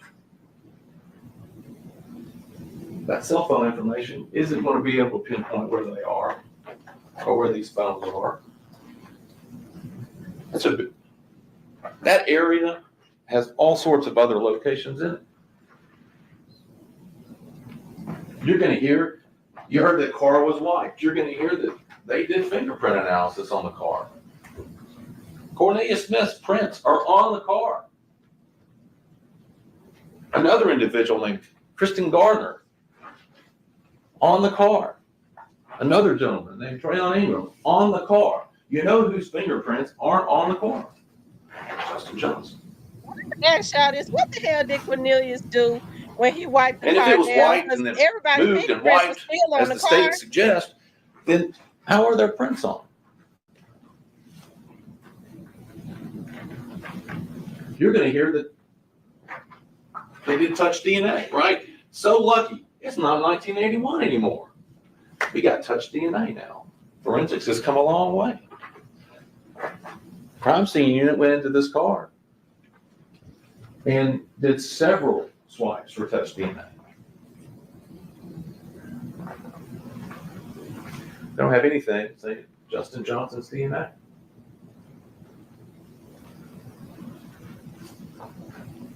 The car that they got, a dude got shot, according to Cornelius Smith. I mean, he got shot in the shoulder. No blood in the car that we're going to hear any forensic analysis about. How is that? These are the things that you as jurors will have to pay particular attention to throughout this case.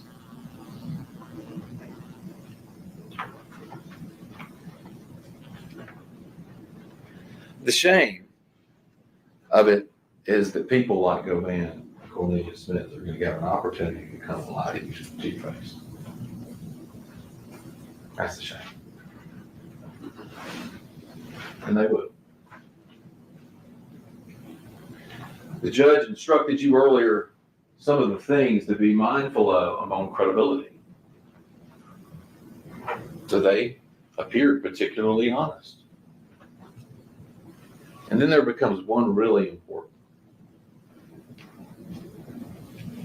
To what degree does what Cornelius is saying differ from what Govan is saying? Pay attention to that. Why is it different? The truth is one thing, right? One thing.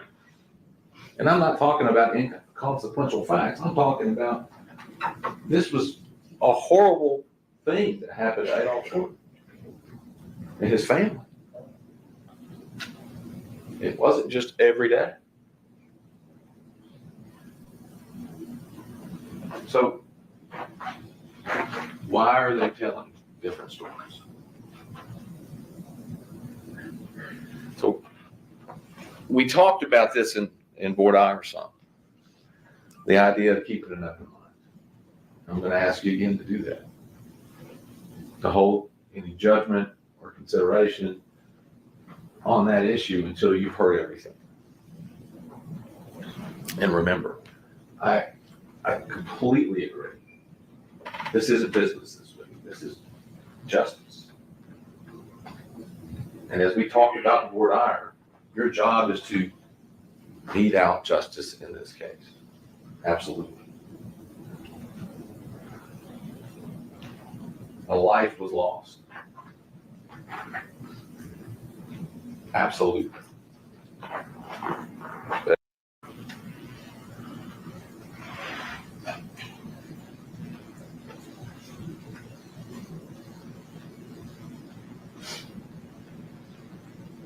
All right, you can stop there, Rose.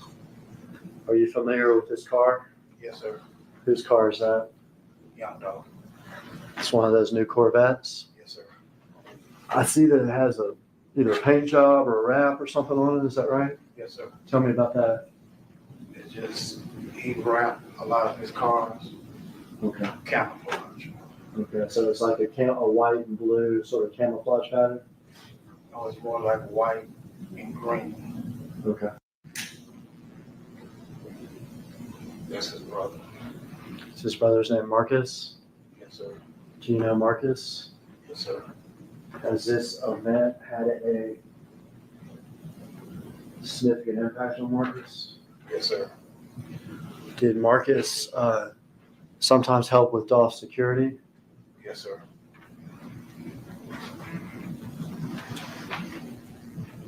Let's go inside video so we can just leave it on inside.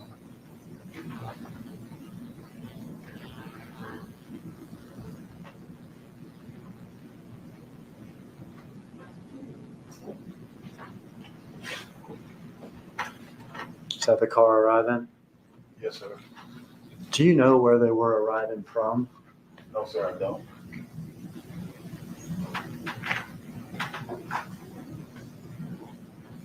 Do you know if Dolph had been to Makeda's before? Yes, sir.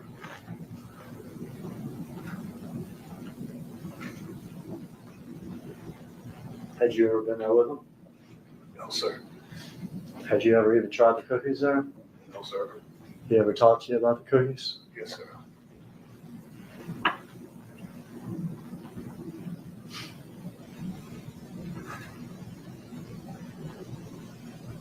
Said Dolph, Yes, sir. the chain around his neck, is that the PRE chain? Yes, sir. The one that we saw in the exhibit? Yes, sir. And there's Marcus behind him? Yes, sir.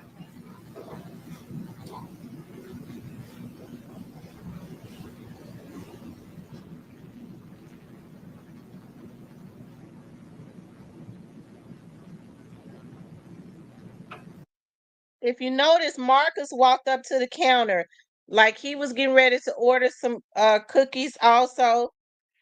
And young Dolph walked back closer to the window. And the girl was engaging with Marcus.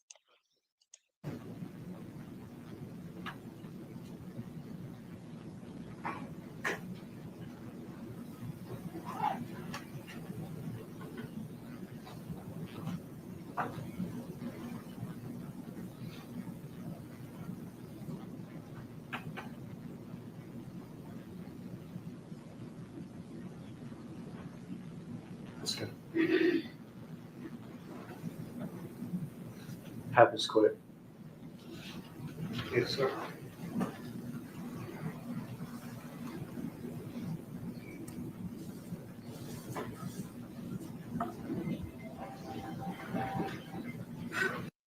You heard what Paul Hagerman say to the security that's up on the stand. He got emotional. He said, "It happens quick." And he said, "Yes, sir."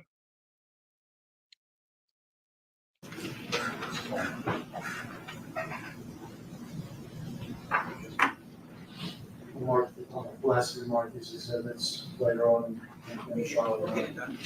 No further Any questions? objection about the marking of the exhibit? I'm sorry, Judge. Any objection to the marking of the exhibit? No objection. Any questions, Mr. Evans? No question. Thank you, sir. Yeah, the security guard up on the stand, you could tell he got emotional after looking at that video because Paul Hagerman says it was quick. He said, "Yes, sir." You know what's so sad is that Cornelius and them were riding around looking for anybody. And even if Dolph would have had security, they was money hungry. Straight Drop had already decided because they had finessed him into thinking he was going to be the next big artist on CMG. They had a Draco. They would have tried to, hit up the security. Cornelius had already decided he was going to use the $50,000 to buy a house. I don't know what kind of damn house he was going to buy for that. And he wanted to buy his daughter a damn birthday cake. Okay. So, I mean, heard them say they was on their way to Westwood. They was going to spray up innocent people out there. It's just sad. It really is. It's so sad. Uh, it is. It's sad. I don't know what to think. It really is. It's just sad.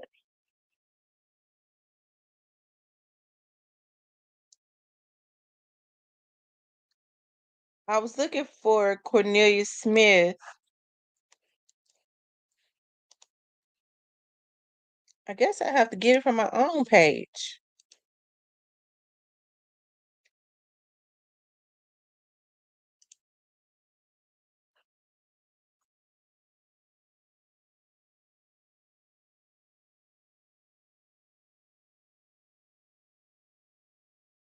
Hold on, guys.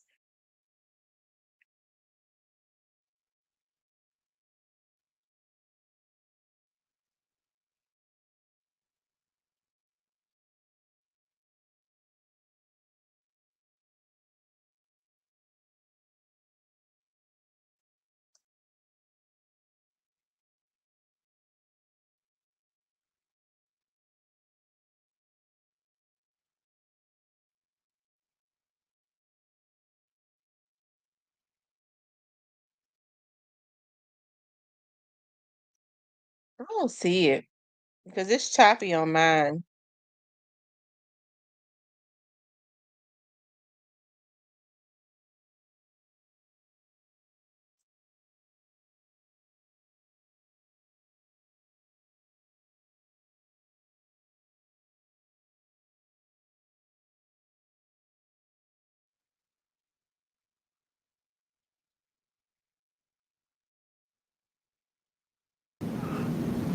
He's got Here it the, is.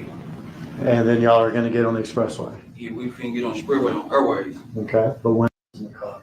Yeah, they was on the back seat in the bag. Do you remember this? Not something that just happened this day, but something that was in the process for weeks? Yeah, we, How did y'all hook up this day, if you remember? he had pulled up to give you, he came and got me or whatever. Where'd he get you from? He got me from my father's house. Where's your father's house? I was Lamar Sims. Orange Mound area? Yeah. Had either you called him or he called you or anything like He had this? called me the first time I missed the call. Then he called me back. I answered. He was telling me basically they were pulling up because we already knew what was going on. When you say you already knew what was going on, you already knew that this is about? Yeah, because we knew they were doing the turkey drive, so we was actually on our way to Westwood. Had you and Justin talked about this particular day before? Like, nah, not the specific day. Like, we just knew that it was turkey drive going every day that week. We just Okay. knew it. You knew that, the pair said you knew Dolph was involved in these turkey drives this week before Thanksgiving. Yeah, we didn't know we were gonna catch him, but we knew he did his artist. You know, everybody had a hit on it. I want to buy your house. I can pay you cash for your house, no matter what condition it's in. Everybody had a price on it. From Jook? Yeah, from Juke. And that was gonna be y'all's business this week. Yeah, that was our evening. When he arrived at the house, do you remember what he was driving? Oh, white Mercedes Benz. Okay, had you seen that car before? Nah, I ain't never saw that car. Did you get in the car with him? Yeah, I got him. Was there anybody else in the car? Nah, it was just me and Justin. Were there any guns in the car? Yeah, they was on the back seat in the bag. Do you remember what kind of guns there were? A Draco, handgun. Okay. And Draco, Memphis, some type of bigger semi-automatic weapon, is that right? Yeah. And then a handgun? Do you remember what you were wearing that day? I had on some gray sweatpants, orange and white Jordan 1, and a blue Gap hoodie The blue Gap hoodie with a do-rag on. with the do-rag on. Did y'all have gloves? I had my own glue. You had your own gloves? He had his own glue. When you got in the car, did you have your gloves on? Nah, I ain't have no gloves on. You said Justin had his own gloves? Yeah, he had his gloves on. Black gloves. He had his black gloves on before he picked you up? Yeah. Does he get out of his car and pick you up, or do you go up to the car? How's that work? Nah, I got out the house, came out the house, got on in the car. Okay. Off to do the mission. Yeah, do a mission, try to catch you. Somebody, Try to catch one of the rappers see one on at the Turkey Drive in Westwood. in Westwood. All right. What happens after y'all get in the car? Oh, we went back on Bradley Street. He got some out of, I think that was like a expedition truck that he had parked on Bradley Street. And then we took the back street. We was at Lamar Airways. We had the light. So he picks up, let me get this right. He picks you up in the Mercedes, is that right? Yeah, But you go to Bradley Street. yeah, And is there an expedition already there? yeah, expedition already there. Parked in the yard. Do you know who parked that expedition I guess he did. there? Okay, we're not allowed to guess in here. Well, Okay. So nah, was I it- ain't see him park it though. Okay. And what color was it? White, A white expedition. yeah, white. Did y'all do anything when y'all went to Bradley Street at that point? He got some out the truck and then jumped back in the car. I got you. So he gets out of the Mercedes at Bradley Street, goes into the expedition and gets something, Yeah, and comes back. come back. Do you know what he got? Nah, I don't know. Are y'all talking at this point? Nah, we wasn't talking, like, cause he was on the phone at first, then he hung it up, but we wasn't talking really. Now, y'all were cool with each other, is that right? You and Justin? Yeah. He gets back in the white Mercedes? Yeah, he get big in the white Mercedes, and we take the back street, and Gentry and stuff, to, we was at Lamar, Airway. We finna get on the expressway, going to the expressway. Okay. Bradley to Dedrick, is that what you said? Yeah, And then y'all are gonna get on the expressway? yeah, we finna get on the expressway on Airways. Okay, but when, and this is Airways that we see, Yeah, it's Airways. okay, what happens once y'all get to Airways? We had the light. Y'all gonna clean across the light. How'd y'all know it was Dolph? Everybody know, how the car is, on T cars and stuff. Yeah, people in Memphis knew about that rap, right? Yeah. Camouflage white and green and blue rap. That surprised you? See him like that? Yeah. Did you say anything or did Justin say anything? We was like, there go dog right now. All right, what did y'all do? We received the trailer. Received the trailer. So y'all are following him on Airways? Yeah, right over the street. All right. And you saw the first part of this video, didn't you? Yeah. Did you see him pull off here to the cookie store? Yeah, he pulled in the cookie store. What'd y'all do? We made the block. Came with the bad boy. I jumped out. Started shooting. All right, well, let's back up here though. We saw him pull off of Airways to here, is that right? Yeah. Y'all, can you see my little pointer? Yeah. Y'all would be traveling this direction on Airways, is that right? Then did y'all do a crazy U-turn or anything, or what'd y'all do? Nah, we came with the back street. Okay. Following the clickers is what y'all did? Yeah. Okay. We went to the light, made the loop around.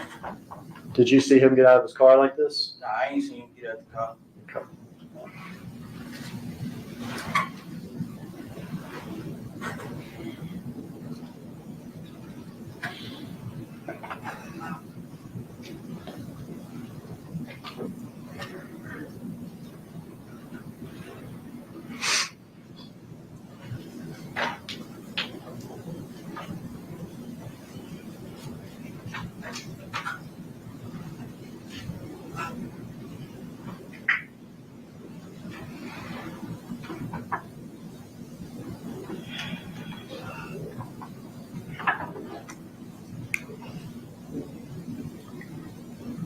So y'all, Yeah, that's us right there. stop it here. It's me. Do something. All right. We're gonna back up. I wanted to, back up a little bit. All right. First guy out of the car, who's that? Running out. That's you? Couldn't even hold it Which down. one of the guns do you have? Holding it I got the little in his damn turkey hand. Okay, that's that semi-automatic weapon, is that right? Yeah. You ever shot that thing before? I ain't never shot him. Okay. You can proceed, Irish. Guy running to the side. That's your Gap hoodie, is that right? Yeah, that's me. That's you, who are you shooting at? Done. All right, now back it up again, Miss Iris, if you would. Back it up for Justin getting out of the car. And they right, Marcus did knock him back. All right, who's the second person here that got out of the driver's side? It just, All right, yeah. you ever shot that thing before? See if I can put it in slow motion. Okay, you can proceed, Iris.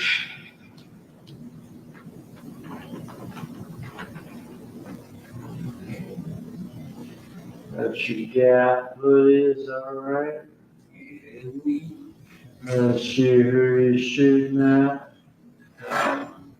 Done. Yeah, Marcus did hit him in the Now head. back it up again.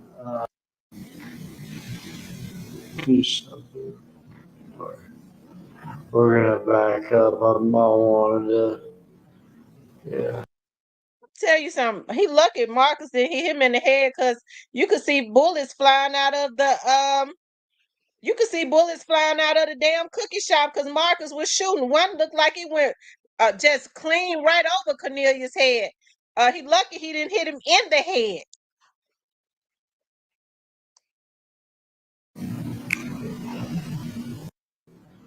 Yeah.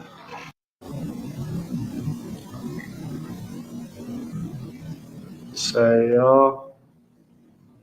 Yeah, that's right, though. Stop it here.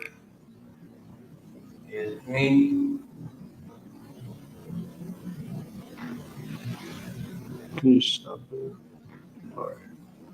We're gonna back up. I wanted to, yeah, back up a little bit. All right. First guy out of the car, who's that? It's me. That's you. Which one of the guns do you have? I got a little turtle stab. Okay, that's that semi-automatic weapon, is that right?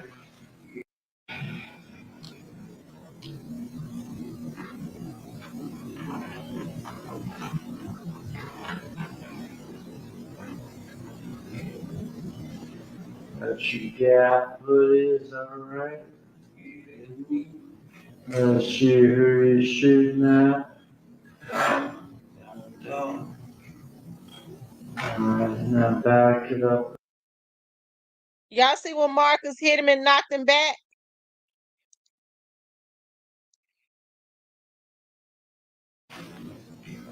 You ever shot me, is that right? It's me. That's you, who are you shooting at? Dog. He sure Now did. back it Hit up his ass and knocked again. him back. Missiles. Because when Marcus comes out, he's already emptied his clip. Marcus come out, check out his clip. It's already been That's empty. your gap hoodie, is that right? It's me. That's you, who are you shooting at? Dog. Alright, now Now look at Marcus' gun. When Marcus comes out, his gun is already his clip is back. So he's already emptied the clip. Shit looked like he almost hit Cornelius in his damn head. He should have. I know he was trying to though. Dog. Alright, now back it up again. Missiles.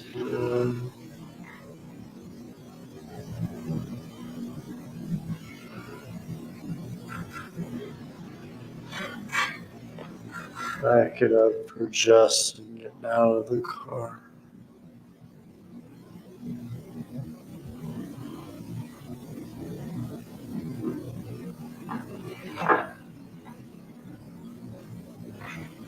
Alright, who's the second person here that got out of the driver's side?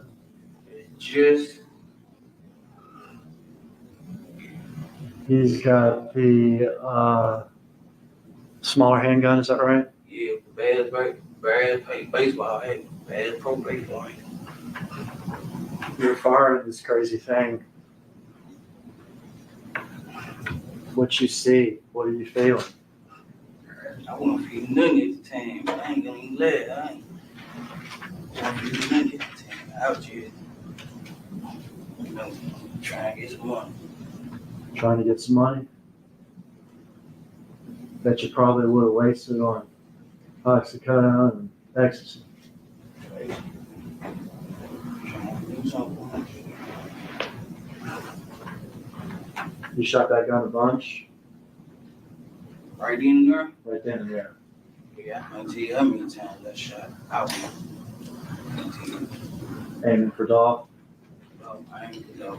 Was he able to say anything to y'all, or was he able to run or get away at all? I shot through the glass, so I wasn't close up on him. I was shooting through the glass.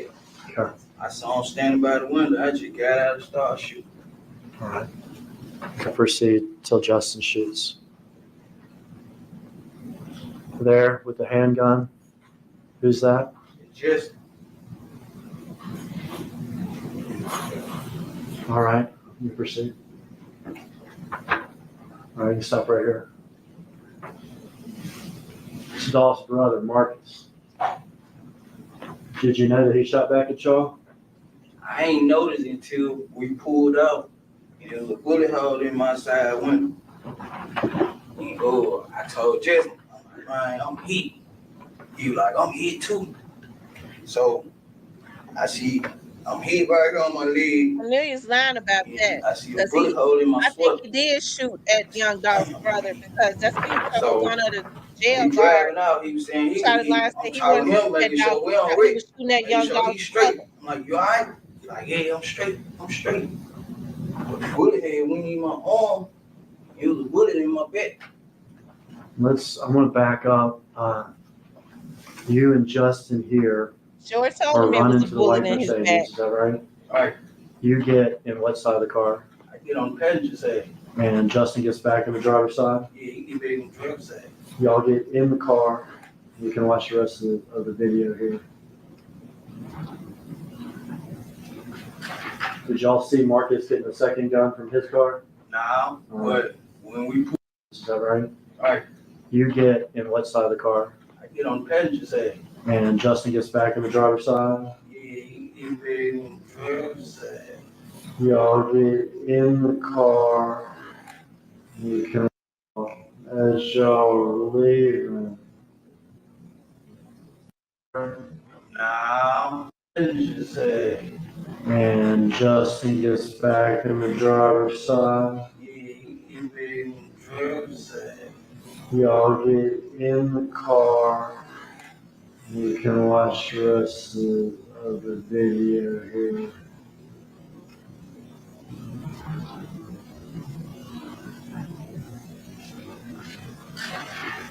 Did y'all see Marcus getting a second gun from his car? Now, but when we pulled out, and I knew it was shots fired, I was finna shoot back, but there were too many cars coming, and I ain't just wanna hit no anybody, so I ain't shoot back. Because Marcus was shooting at y'all as y'all were leaving from down here. Is that right? Yeah, And you would be in the car at this point, yeah, we was in the car. looking backwards? Yeah, I was looking back, but we had, like, how we were driving, like, how he was driving, he was all the way on the other side, but, so I ain't want to just shoot back. So all the shots that you fired were the ones we saw right here with Dolph, is that right? Yeah, And Justin too? yeah. All right, so y'all didn't shoot back at Marcus as y'all were driving? Shoot back at him. I don't know about that. I think he's You, lying on that statement because that's not Say what you got shot in the I shoulder, don't know. Yeah, I got hit in my shoulder, in my upper arm, in the upper arm, shoulder area, on my leg. your right and your leg. And you realized you had been shot once you got in the car? Yeah, once I got in the car. Could you still have a scar from when you got shot in the arm, is that right? Yeah, right. Yeah. Mark, I have him step down and display this to the jury real quick. Come on, Mr. Smith. Turn sideways here. Just walk down this way, backwards toward the field.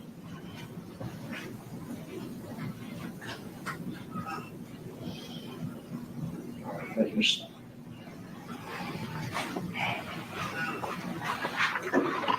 All right. You and Justin jump back in the car. You've been hit in the shoulder On my leg. and in the leg. Justin may or may not have been hit, but said Yeah, something got scraped on your back. straight in the back.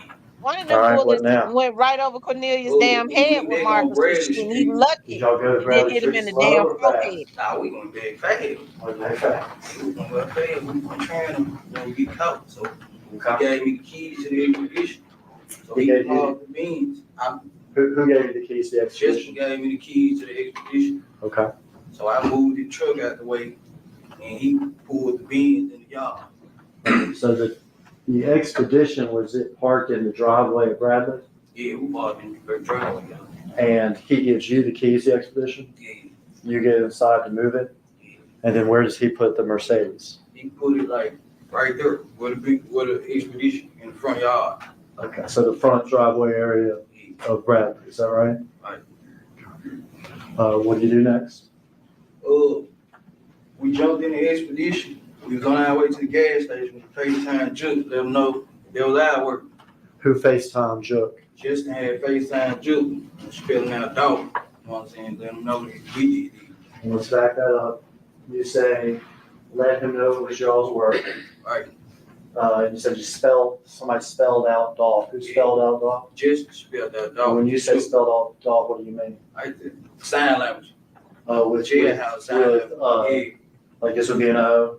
Nah, yeah, I think I don't know how to do it, but Okay. something like that. All right, so there was some signing that y'all just took care of dog. Who's that? Short call, long call? It was short. Did you hear Jook say anything back? Yeah, he'll get with us when Parent. he get done with the kids. Or get up on them. He'll get with y'all when? I didn't hear that last part. Get up, or get up with, finish with the kids or something like that. But he was busy with his kids. Yeah, something like that. Gotcha, but he would get up with y'all after that. Okay. How are you feeling at this point? He point out, I'm hurting because I was shot. Where are y'all's guns at this point? We had them in the backseat of the expedition. Okay, so y'all brought them with you from the Mercedes to the expedition? Yeah. Were y'all still wearing your gloves, do you remember? I don't remember. Okay. So y'all are in the expedition. The FaceTime call with Jook has happened. What do y'all do? Where y'all headed? What y'all saying? We went to the gas station, put some gas in the expedition truck first in the University Memphis area.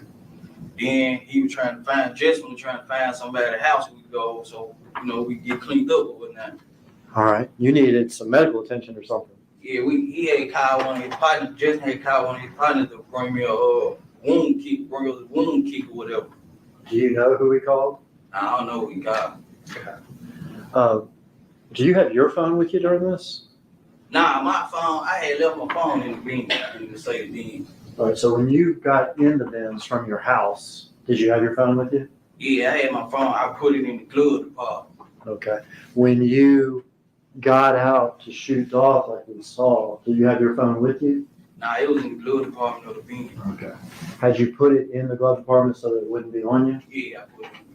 But you Yeah, forgot. Justin Johnson, when he started So when talking, you and Justin in the it wasn't gonna be expedition, no you don't have your story. phone, but he has his. Yeah. Is he able to make contact with somebody to figure out how to get stuff or where to go? He had called one of his cousins. He said whose house we went over in Whitehaven. So we cleaned up, trying clothes or whatnot. Shout out to Terrence Gangster Williams. Quit had called, like, man, y'all gotta clean this stuff up. Quit had called. And I was like, man, get my phone at the car. Get my phone at the car, left my phone in the car. So he was like, all right, we need to move the car. That's what Quit was saying. So we talked to Jook right after, Yeah, but Quet too. yeah. And do you remember whether or not the conversations with Quet happened before y'all got to his cousin's apartment or after? Yeah, I can't recall. Okay, but it was all close together. Yeah, And tell me again what Quet said during these conversations? yeah, we had to, like, get rid of that car. We had to move that car, get rid of it. Because y'all had put this car in a driveway on Bradley, Okay, right? looking Right at across the Cornelius street, Smith. Right across the street from where Quet lives. West State. Right. He said y'all need to move this. Yeah, we gotta burn that junk up. Gotta get rid of it. Y'all were busy trying to get yourselves taken care of that. Yeah, we went, we changed clothes with them. I had whole peroxide on me and wrapped myself up, and I had to text my girl to come get me, text her the address off of Justin's phone to come get me. And let's get there, but you said that Justin had contacted his cousin about going to her place, is that right? Yeah, Is that Kiana Hopper? yeah, Did y'all in fact go to her place? correct. When y'all went to her place, what car were y'all in? We was in the White Expedition. When y'all get to her place, what do y'all do? We inside change clothes, and we was in there. She had helped me for a minute before the wound keep coming. She was helping me out or whatever. We changed clothes and the wound keep coming. I was able to, put bandage on it and stuff like that. Okay. I want to show you a video.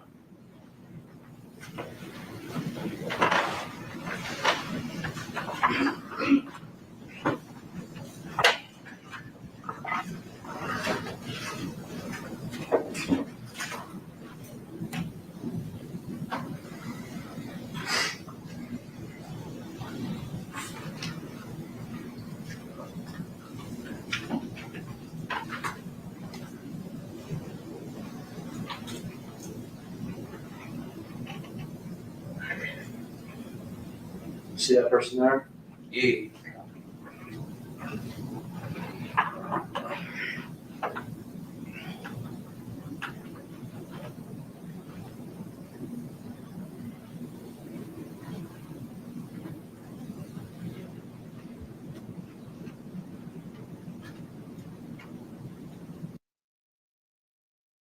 The why Straight Drops cousin or whoever, maybe they did charge her with accessory after the fact, but I'm pretty sure she probably cooperated or something. But yeah, Straight Drop looks upset because without Cornelius's testimony, it could have possibly have been a hung jury. But once Cornelius placed him on the scene, said this was me and this is the person that was with me, there was no more reason, his attorney couldn't raise reasonable doubt anymore because you got a person that actually participated in the homicide that's saying I did it and this is the person that did it with me. So of course he is mad because for some reason he thought he was going to get off.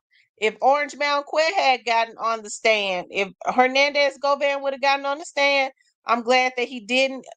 Straight Drop's attorney would have really, because he liked to play games, he would have really played with that and put reasonable doubt in the minds of the jury. Remember, all Straight Drop's attorney had to do was raise reasonable doubt. He didn't have to prove that he was innocent, just raise reasonable doubt. And I think with Orange Mound Quet getting on the stand, that's how he was going to raise reasonable doubt. And so I'm glad they didn't put him on the stand. And he was mad about it too. And the camera footage showing he had the same, right, the camera footage showed he had the same outfit on. Cornelius, Cornelius, I tell you. I believe the drugs has they Cornelius probably been on drugs a long time. That brain is scrambled eggs.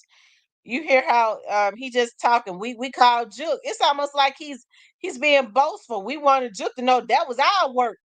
The man tried to give him the opportunity. Cornelius ass gonna get 50 years. The man tried to give him the opportunity to say he felt a certain way, and he said I felt because I was hit. He didn't say I felt a certain I felt a certain way. I felt numb because I just killed a man. I was like, damn, blah blah blah. I just want to give my daughter a birthday cake. It's but I think it's just a mental. I think it's just a mental illness. His brain is scrambled egg from all of that crack. It's fried because you know he still really don't have any remorse. You to hear what he said to the defense attorney when the defense attorney said, after the defense attorney just grilled him, "Thank you, Mr. Smith. Ah, no problem at all." It's something. It ain't. That's why they got him to do it because they knew he was. It's every everything is not adding up in their brain, and then the drugs then make it no better, and he has had the opportunity to detox, and there's still some sort of mental illness there. Okay, so they're gonna throw the book at him too because he really don't have. That's our work. I mean, he bragging, he boastful.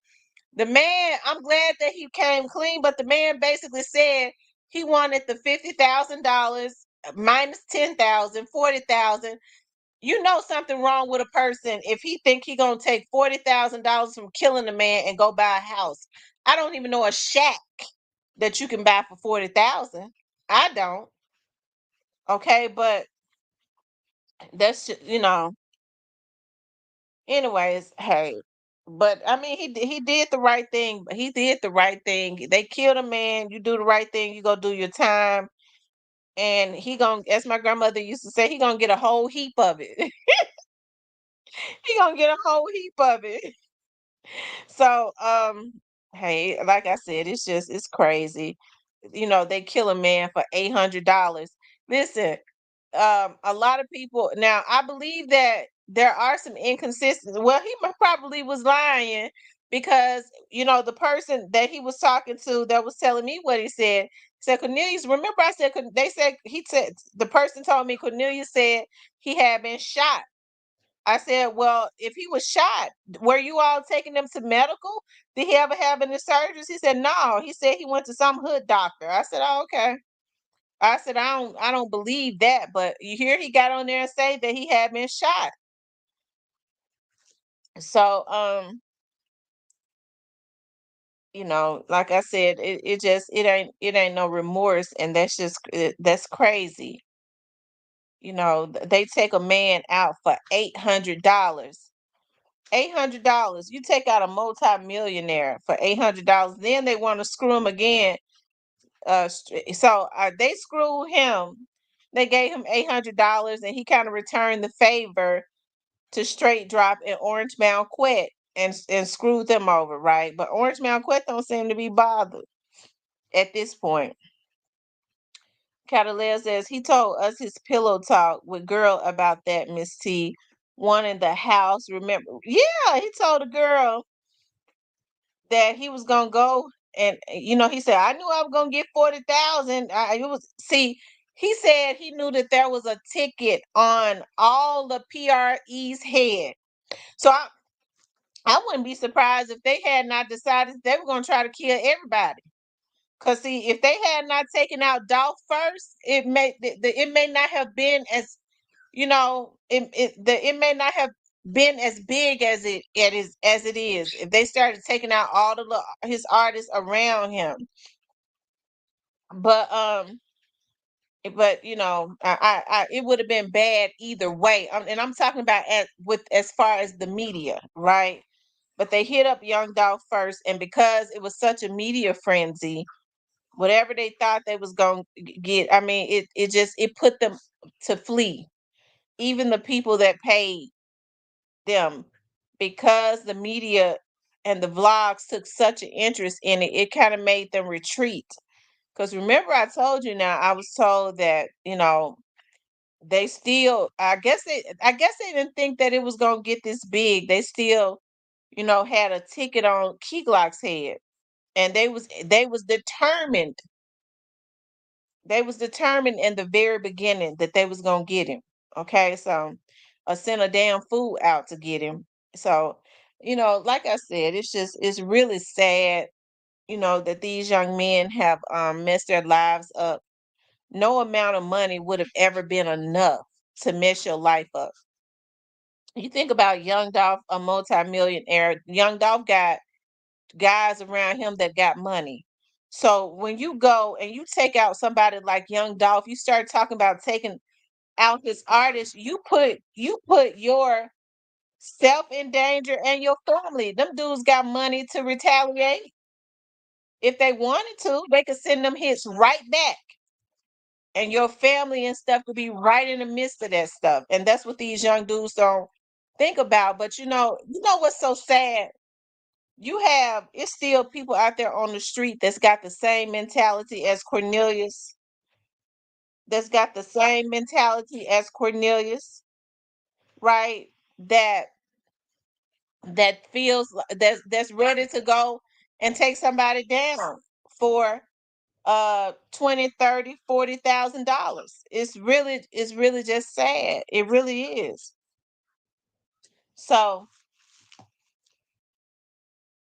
it's sad. It really is. I hate that so bad. Terrence says thank you. Caballero says yes, it's over for CMG. So let me ask you all something. Somebody just posted in here, and it was kind of funny to me. that the internet is calling for Yo Gotti and Angela to be arrested. I hollered. Now, what? Angela hadn't done anything, but do you all think that Yo Gotti will be indicted? What do you all think that Yo Gotti will be indicted? I want to know what y'all think. And you could be honest. Do you think that he'll be indicted or no? Yes or no? It says, if I was Dolph's family, I'd get Cassie's lawyer and rename CMG Dolphland Entertainment after I sued.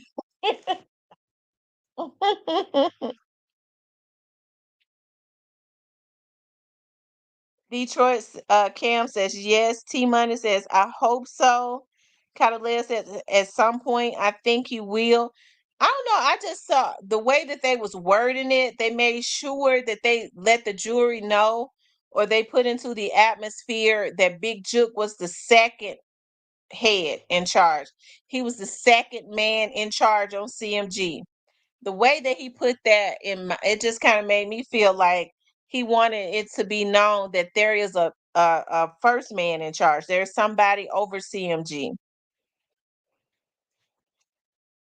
Um, they were saying Yo Gotti big head ass needs to go to jail, and Angela, I was hollering. Cornelius would have gotten on my nerves about that money. Yeah, they give him $800. They give you can pay somebody $800 and screw them like that. They screw him. They because he had when Straight Drop decided to get out the car, that Dolph was already down and basically suffering and probably near death. So they send the crackhead out to do the dirty work. Straight Drop probably never would have got out, but he probably thought about, I guess I need to get out and act like I'm doing something so that I can, so that they can pay me or whatever. And then they ended up not giving Cornelius his money. So because they screwed Cornelius over, they turn around, he turned around and returned the favor. He turned around and returned the favor to them and screwed them over. I know Straight Drop was upset because without Cornelius's like I said, without Cornelius telling without his statement to the court, he may would have been able to get away with it.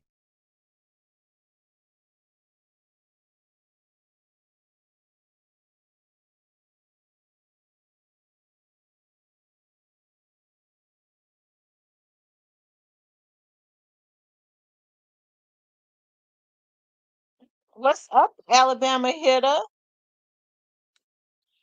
It says they should have been trying to collect their money from Juke. Tell you something, I ain't out in the street. Be quiet. I'm not out in the streets, but and I hate that they did this, but you knew they was stupid to go. Most people would have had their money, all every dime of it. See, I think a lot of people felt like that they had an urgency to do it because they had already been paid. Come to find out, they damn fools ain't been paid nothing. Straight Drop has $7,000 left, and he was trying to screw Cornelius again. Take the whole blame for 7,000.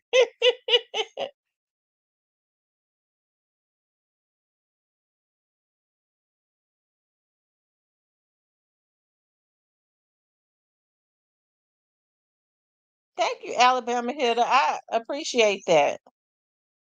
Says how Govan just walking around like what's going on with Govan? I absolutely don't know. I don't know. I don't know what's going on with that other than Paul Hagerman said that remember that this is Justin Johnson's trial. This is the Justin Johnson trial. So he was letting them know that this was not Hernandez Govan nor Cornelius's trial.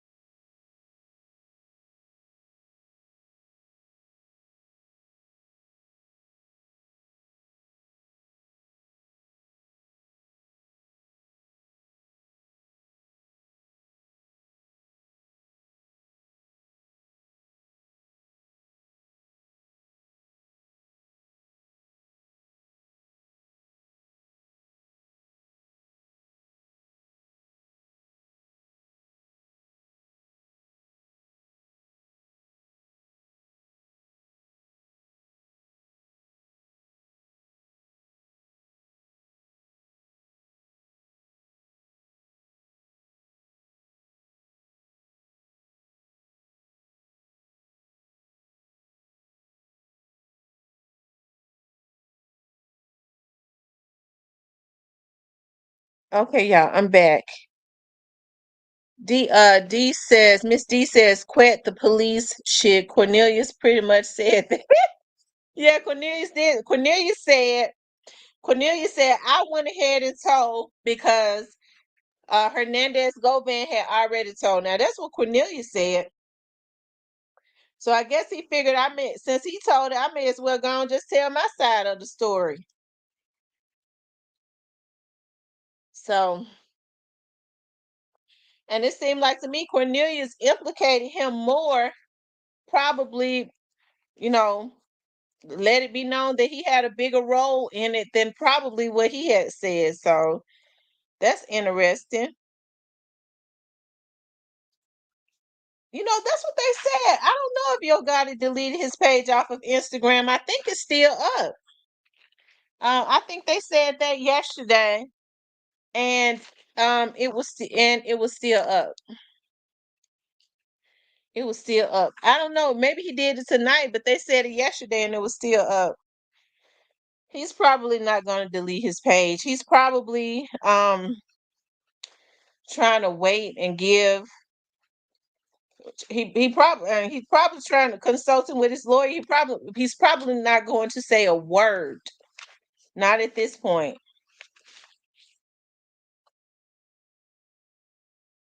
Trust me, Yo Gotti and them are not surprised that this is happening. I'm sure they knew that this was coming. As a matter of fact, I know they knew that this was coming. I know that they know that their brother, was going to be indicted and whatever else. I'm sure they've been informed about a lot of stuff.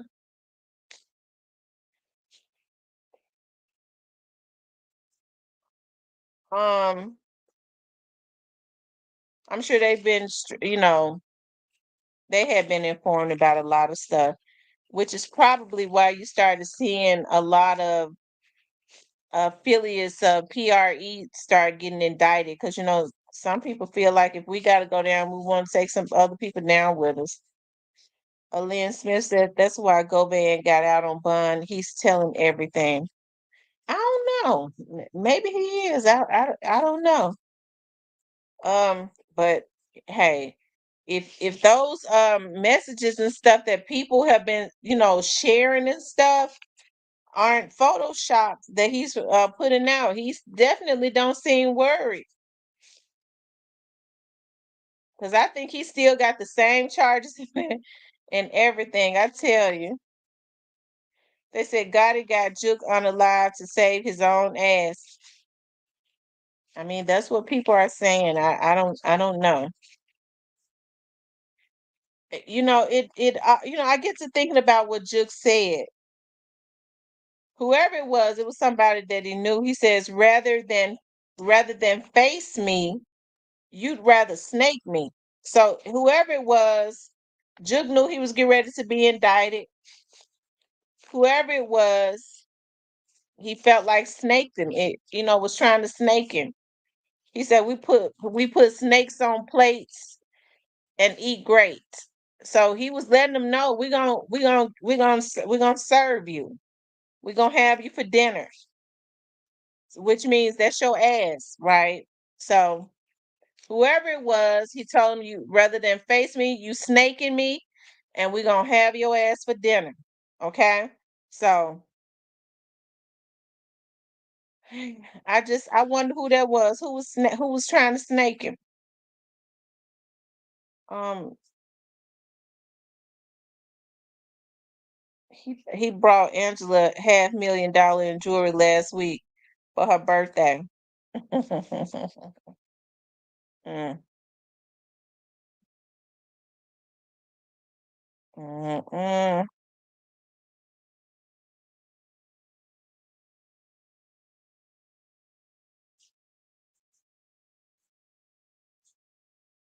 So sure he did buy all that jewelry. Mm. I, I almost said something else, but I'm gonna hold it. Lynn Smith says he's supposed to be the one to orchestrate the unaliving. He's supposed to be locked up. He gave up the names and working undercover.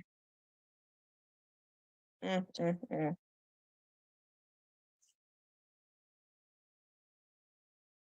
I tell you.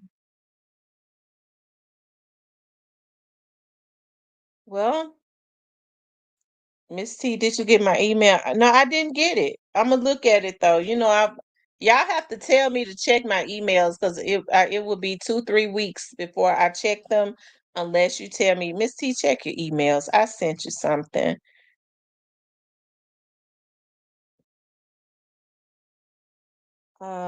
Whatever happened with the one accidentally released, the one who was in Indiana? I guess when Cornelius decided he was gonna talk, they didn't bring him in. Cornelius gave up all the goods, and you know, and Cornelius didn't give up the goods because to do the right thing. He gave up the goods because he like the guy told Jesus when they was on the cross, remember me. Remember that when they was hanging on the cross, the guy told Jesus, "Remember me." So he wants the judge to, when he get come back in that courtroom to be sentenced, he wants the judge to remember him. Remember that he got on the stand and told everything. That's why he did that. He wants some mercy. And the last thing Gotti wanted was Juke to take the stand.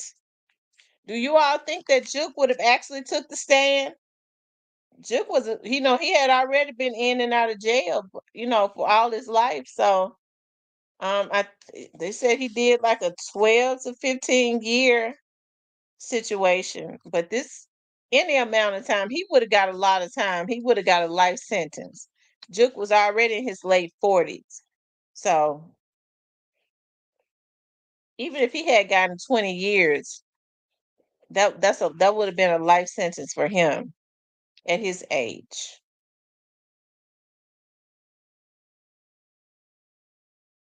Catalina said sure did say that, Miss T, in that order too. He said he wanted for the judge to remember him.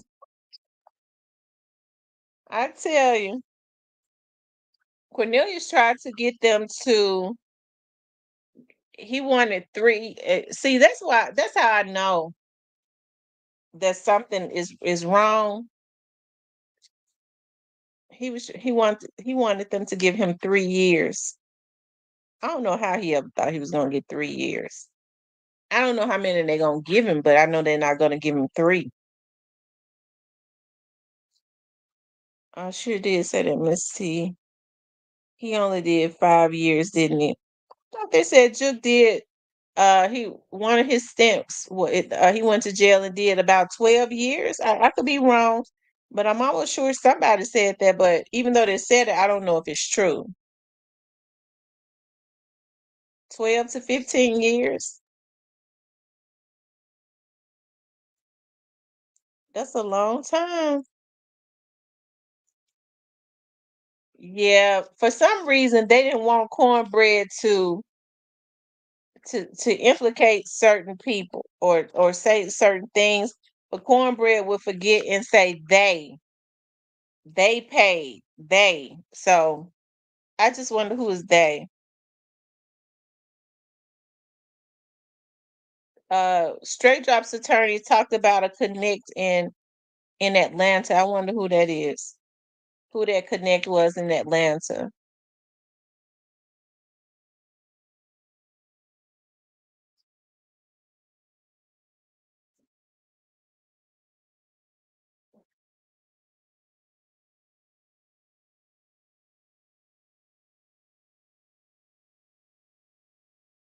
He said BY.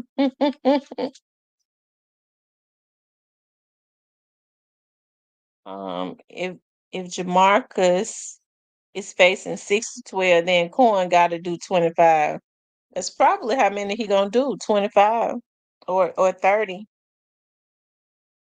Because Corn ain't got no remorse really in the world. Corn mad that they messed him over. I tell you, it's got to be a messed up feeling that you killed one of the biggest rapper in Memphis, a multimillionaire, and they tell you straight drop, they nickel and dime you straight drop, say, I left you some money. And he think it's get ready. He said, I thought it was going to be 20, 30. and it's only $300. I said, "Oh hell no!" So that equal to 800. I hate cornbread. I hate cornbread. To say to the lawyer when he asked him who paid for his lawyer, he should have. He said CMG paid. He said yeah, but I hate he didn't say yeah. Cause I would have said yeah, they paid, and you should know, cause you ought to know who paying you.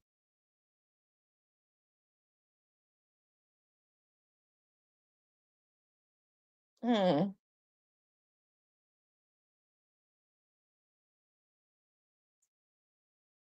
Yeah, it's almost like Straight Drop had an urgency that they had determined that Wednesday they had to do it. Yeah, it's probably because somebody was putting pressure on them, but the calls on that particular phone, they was able to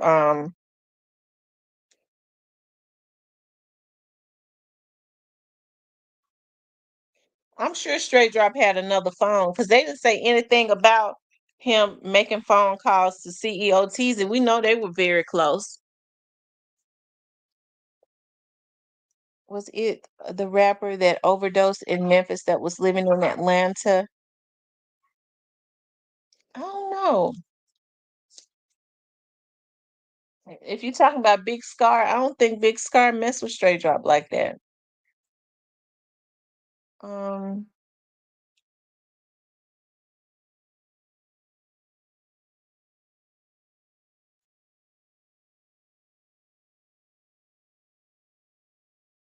yeah, I can't believe it's almost 2 o'clock. I feel like such a weirdo. I did drink some coffee, so I'm sure that it's got me wired up.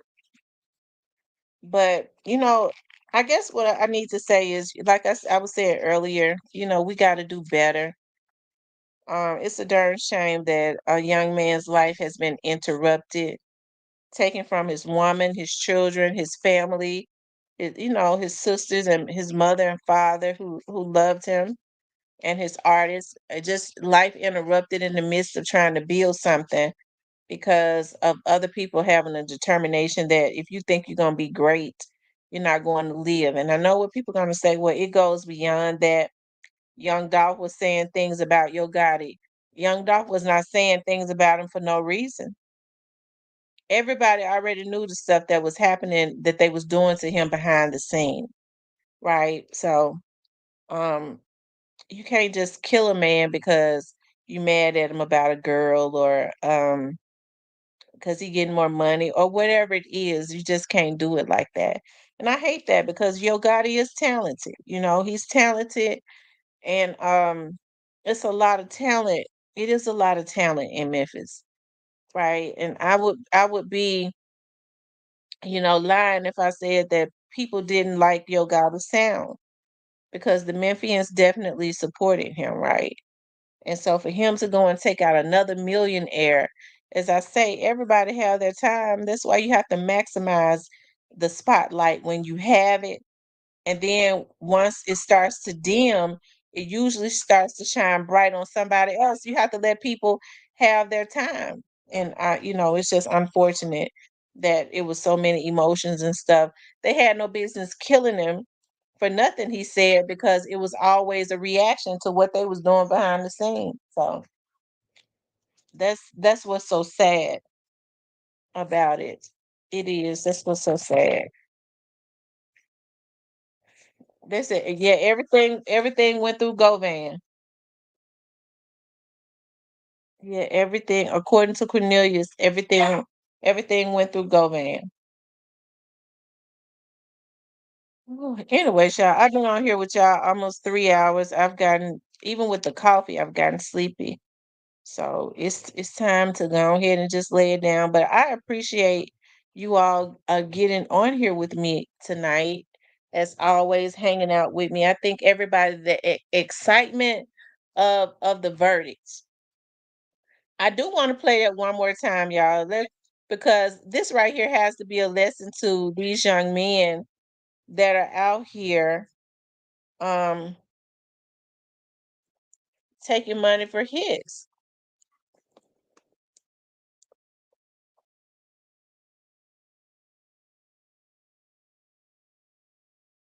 Oh, I don't know if I could stand the emotional though. That this young man ruined his life. If you don't think you're going to be able to not show any emotion during the reading of this verdict, I ask you to remove yourself now. There won't be, the court won't tolerate any outburst of any sort from anyone. You will bring me here.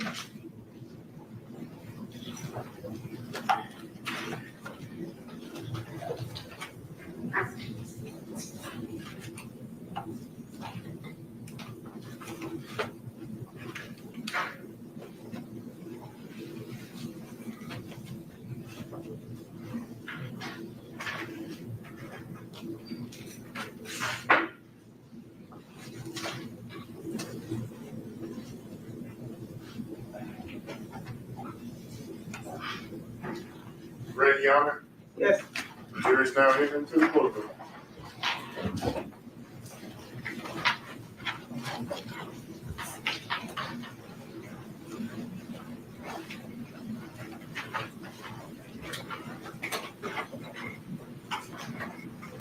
Great job, lawyer already knew he was guilty.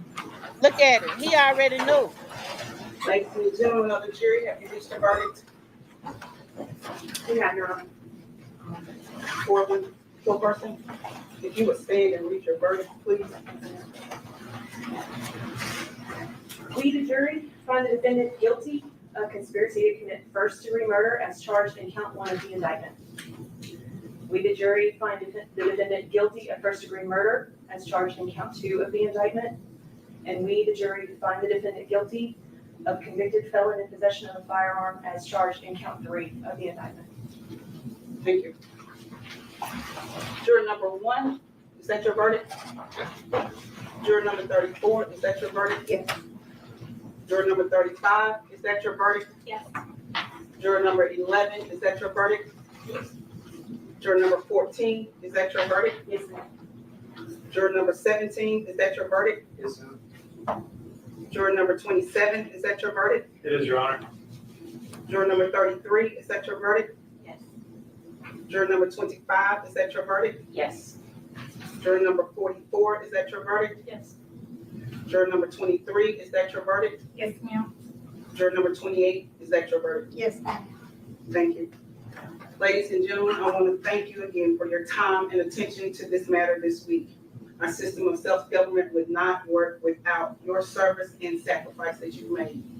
Thanks again for your time and attention. You are excused. Jury's excused.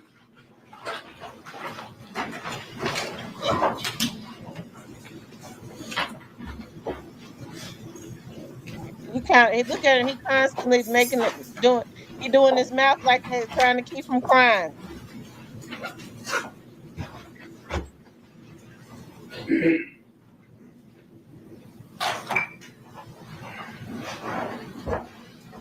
Mr. Johnson, the jury having found you guilty of conspiracy to commit first-degree murder, and convicted felon in possession of a firearm. As the 13th juror, I affirm this verdict. As to the first-degree murder, I sentence you to life in prison. I will set punishment as to the conspiracy and the convicted felon in possession of a firearm after a sentencing hearing. The date for that hearing will be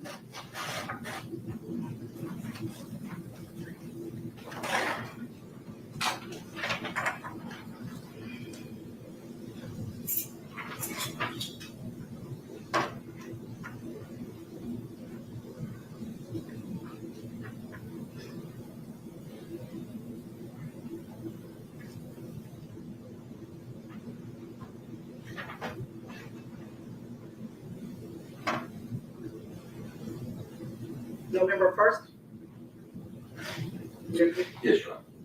November 1st. There's nothing else to take up? We will prepare the judgment sheet and pass that forward, Judge. Thank you. And the pre-sentence report. The order for the pre-sentence report. Service, with that, we'll get those to you. Thank you. Give me a turn, please. All rise. This is Rocky. It's the first car I ever bought.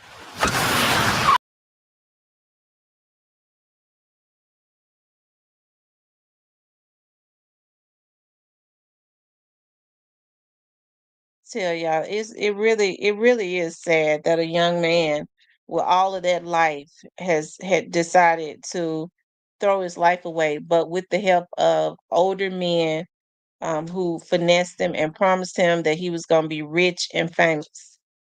And so I think, that's why, we gotta continuously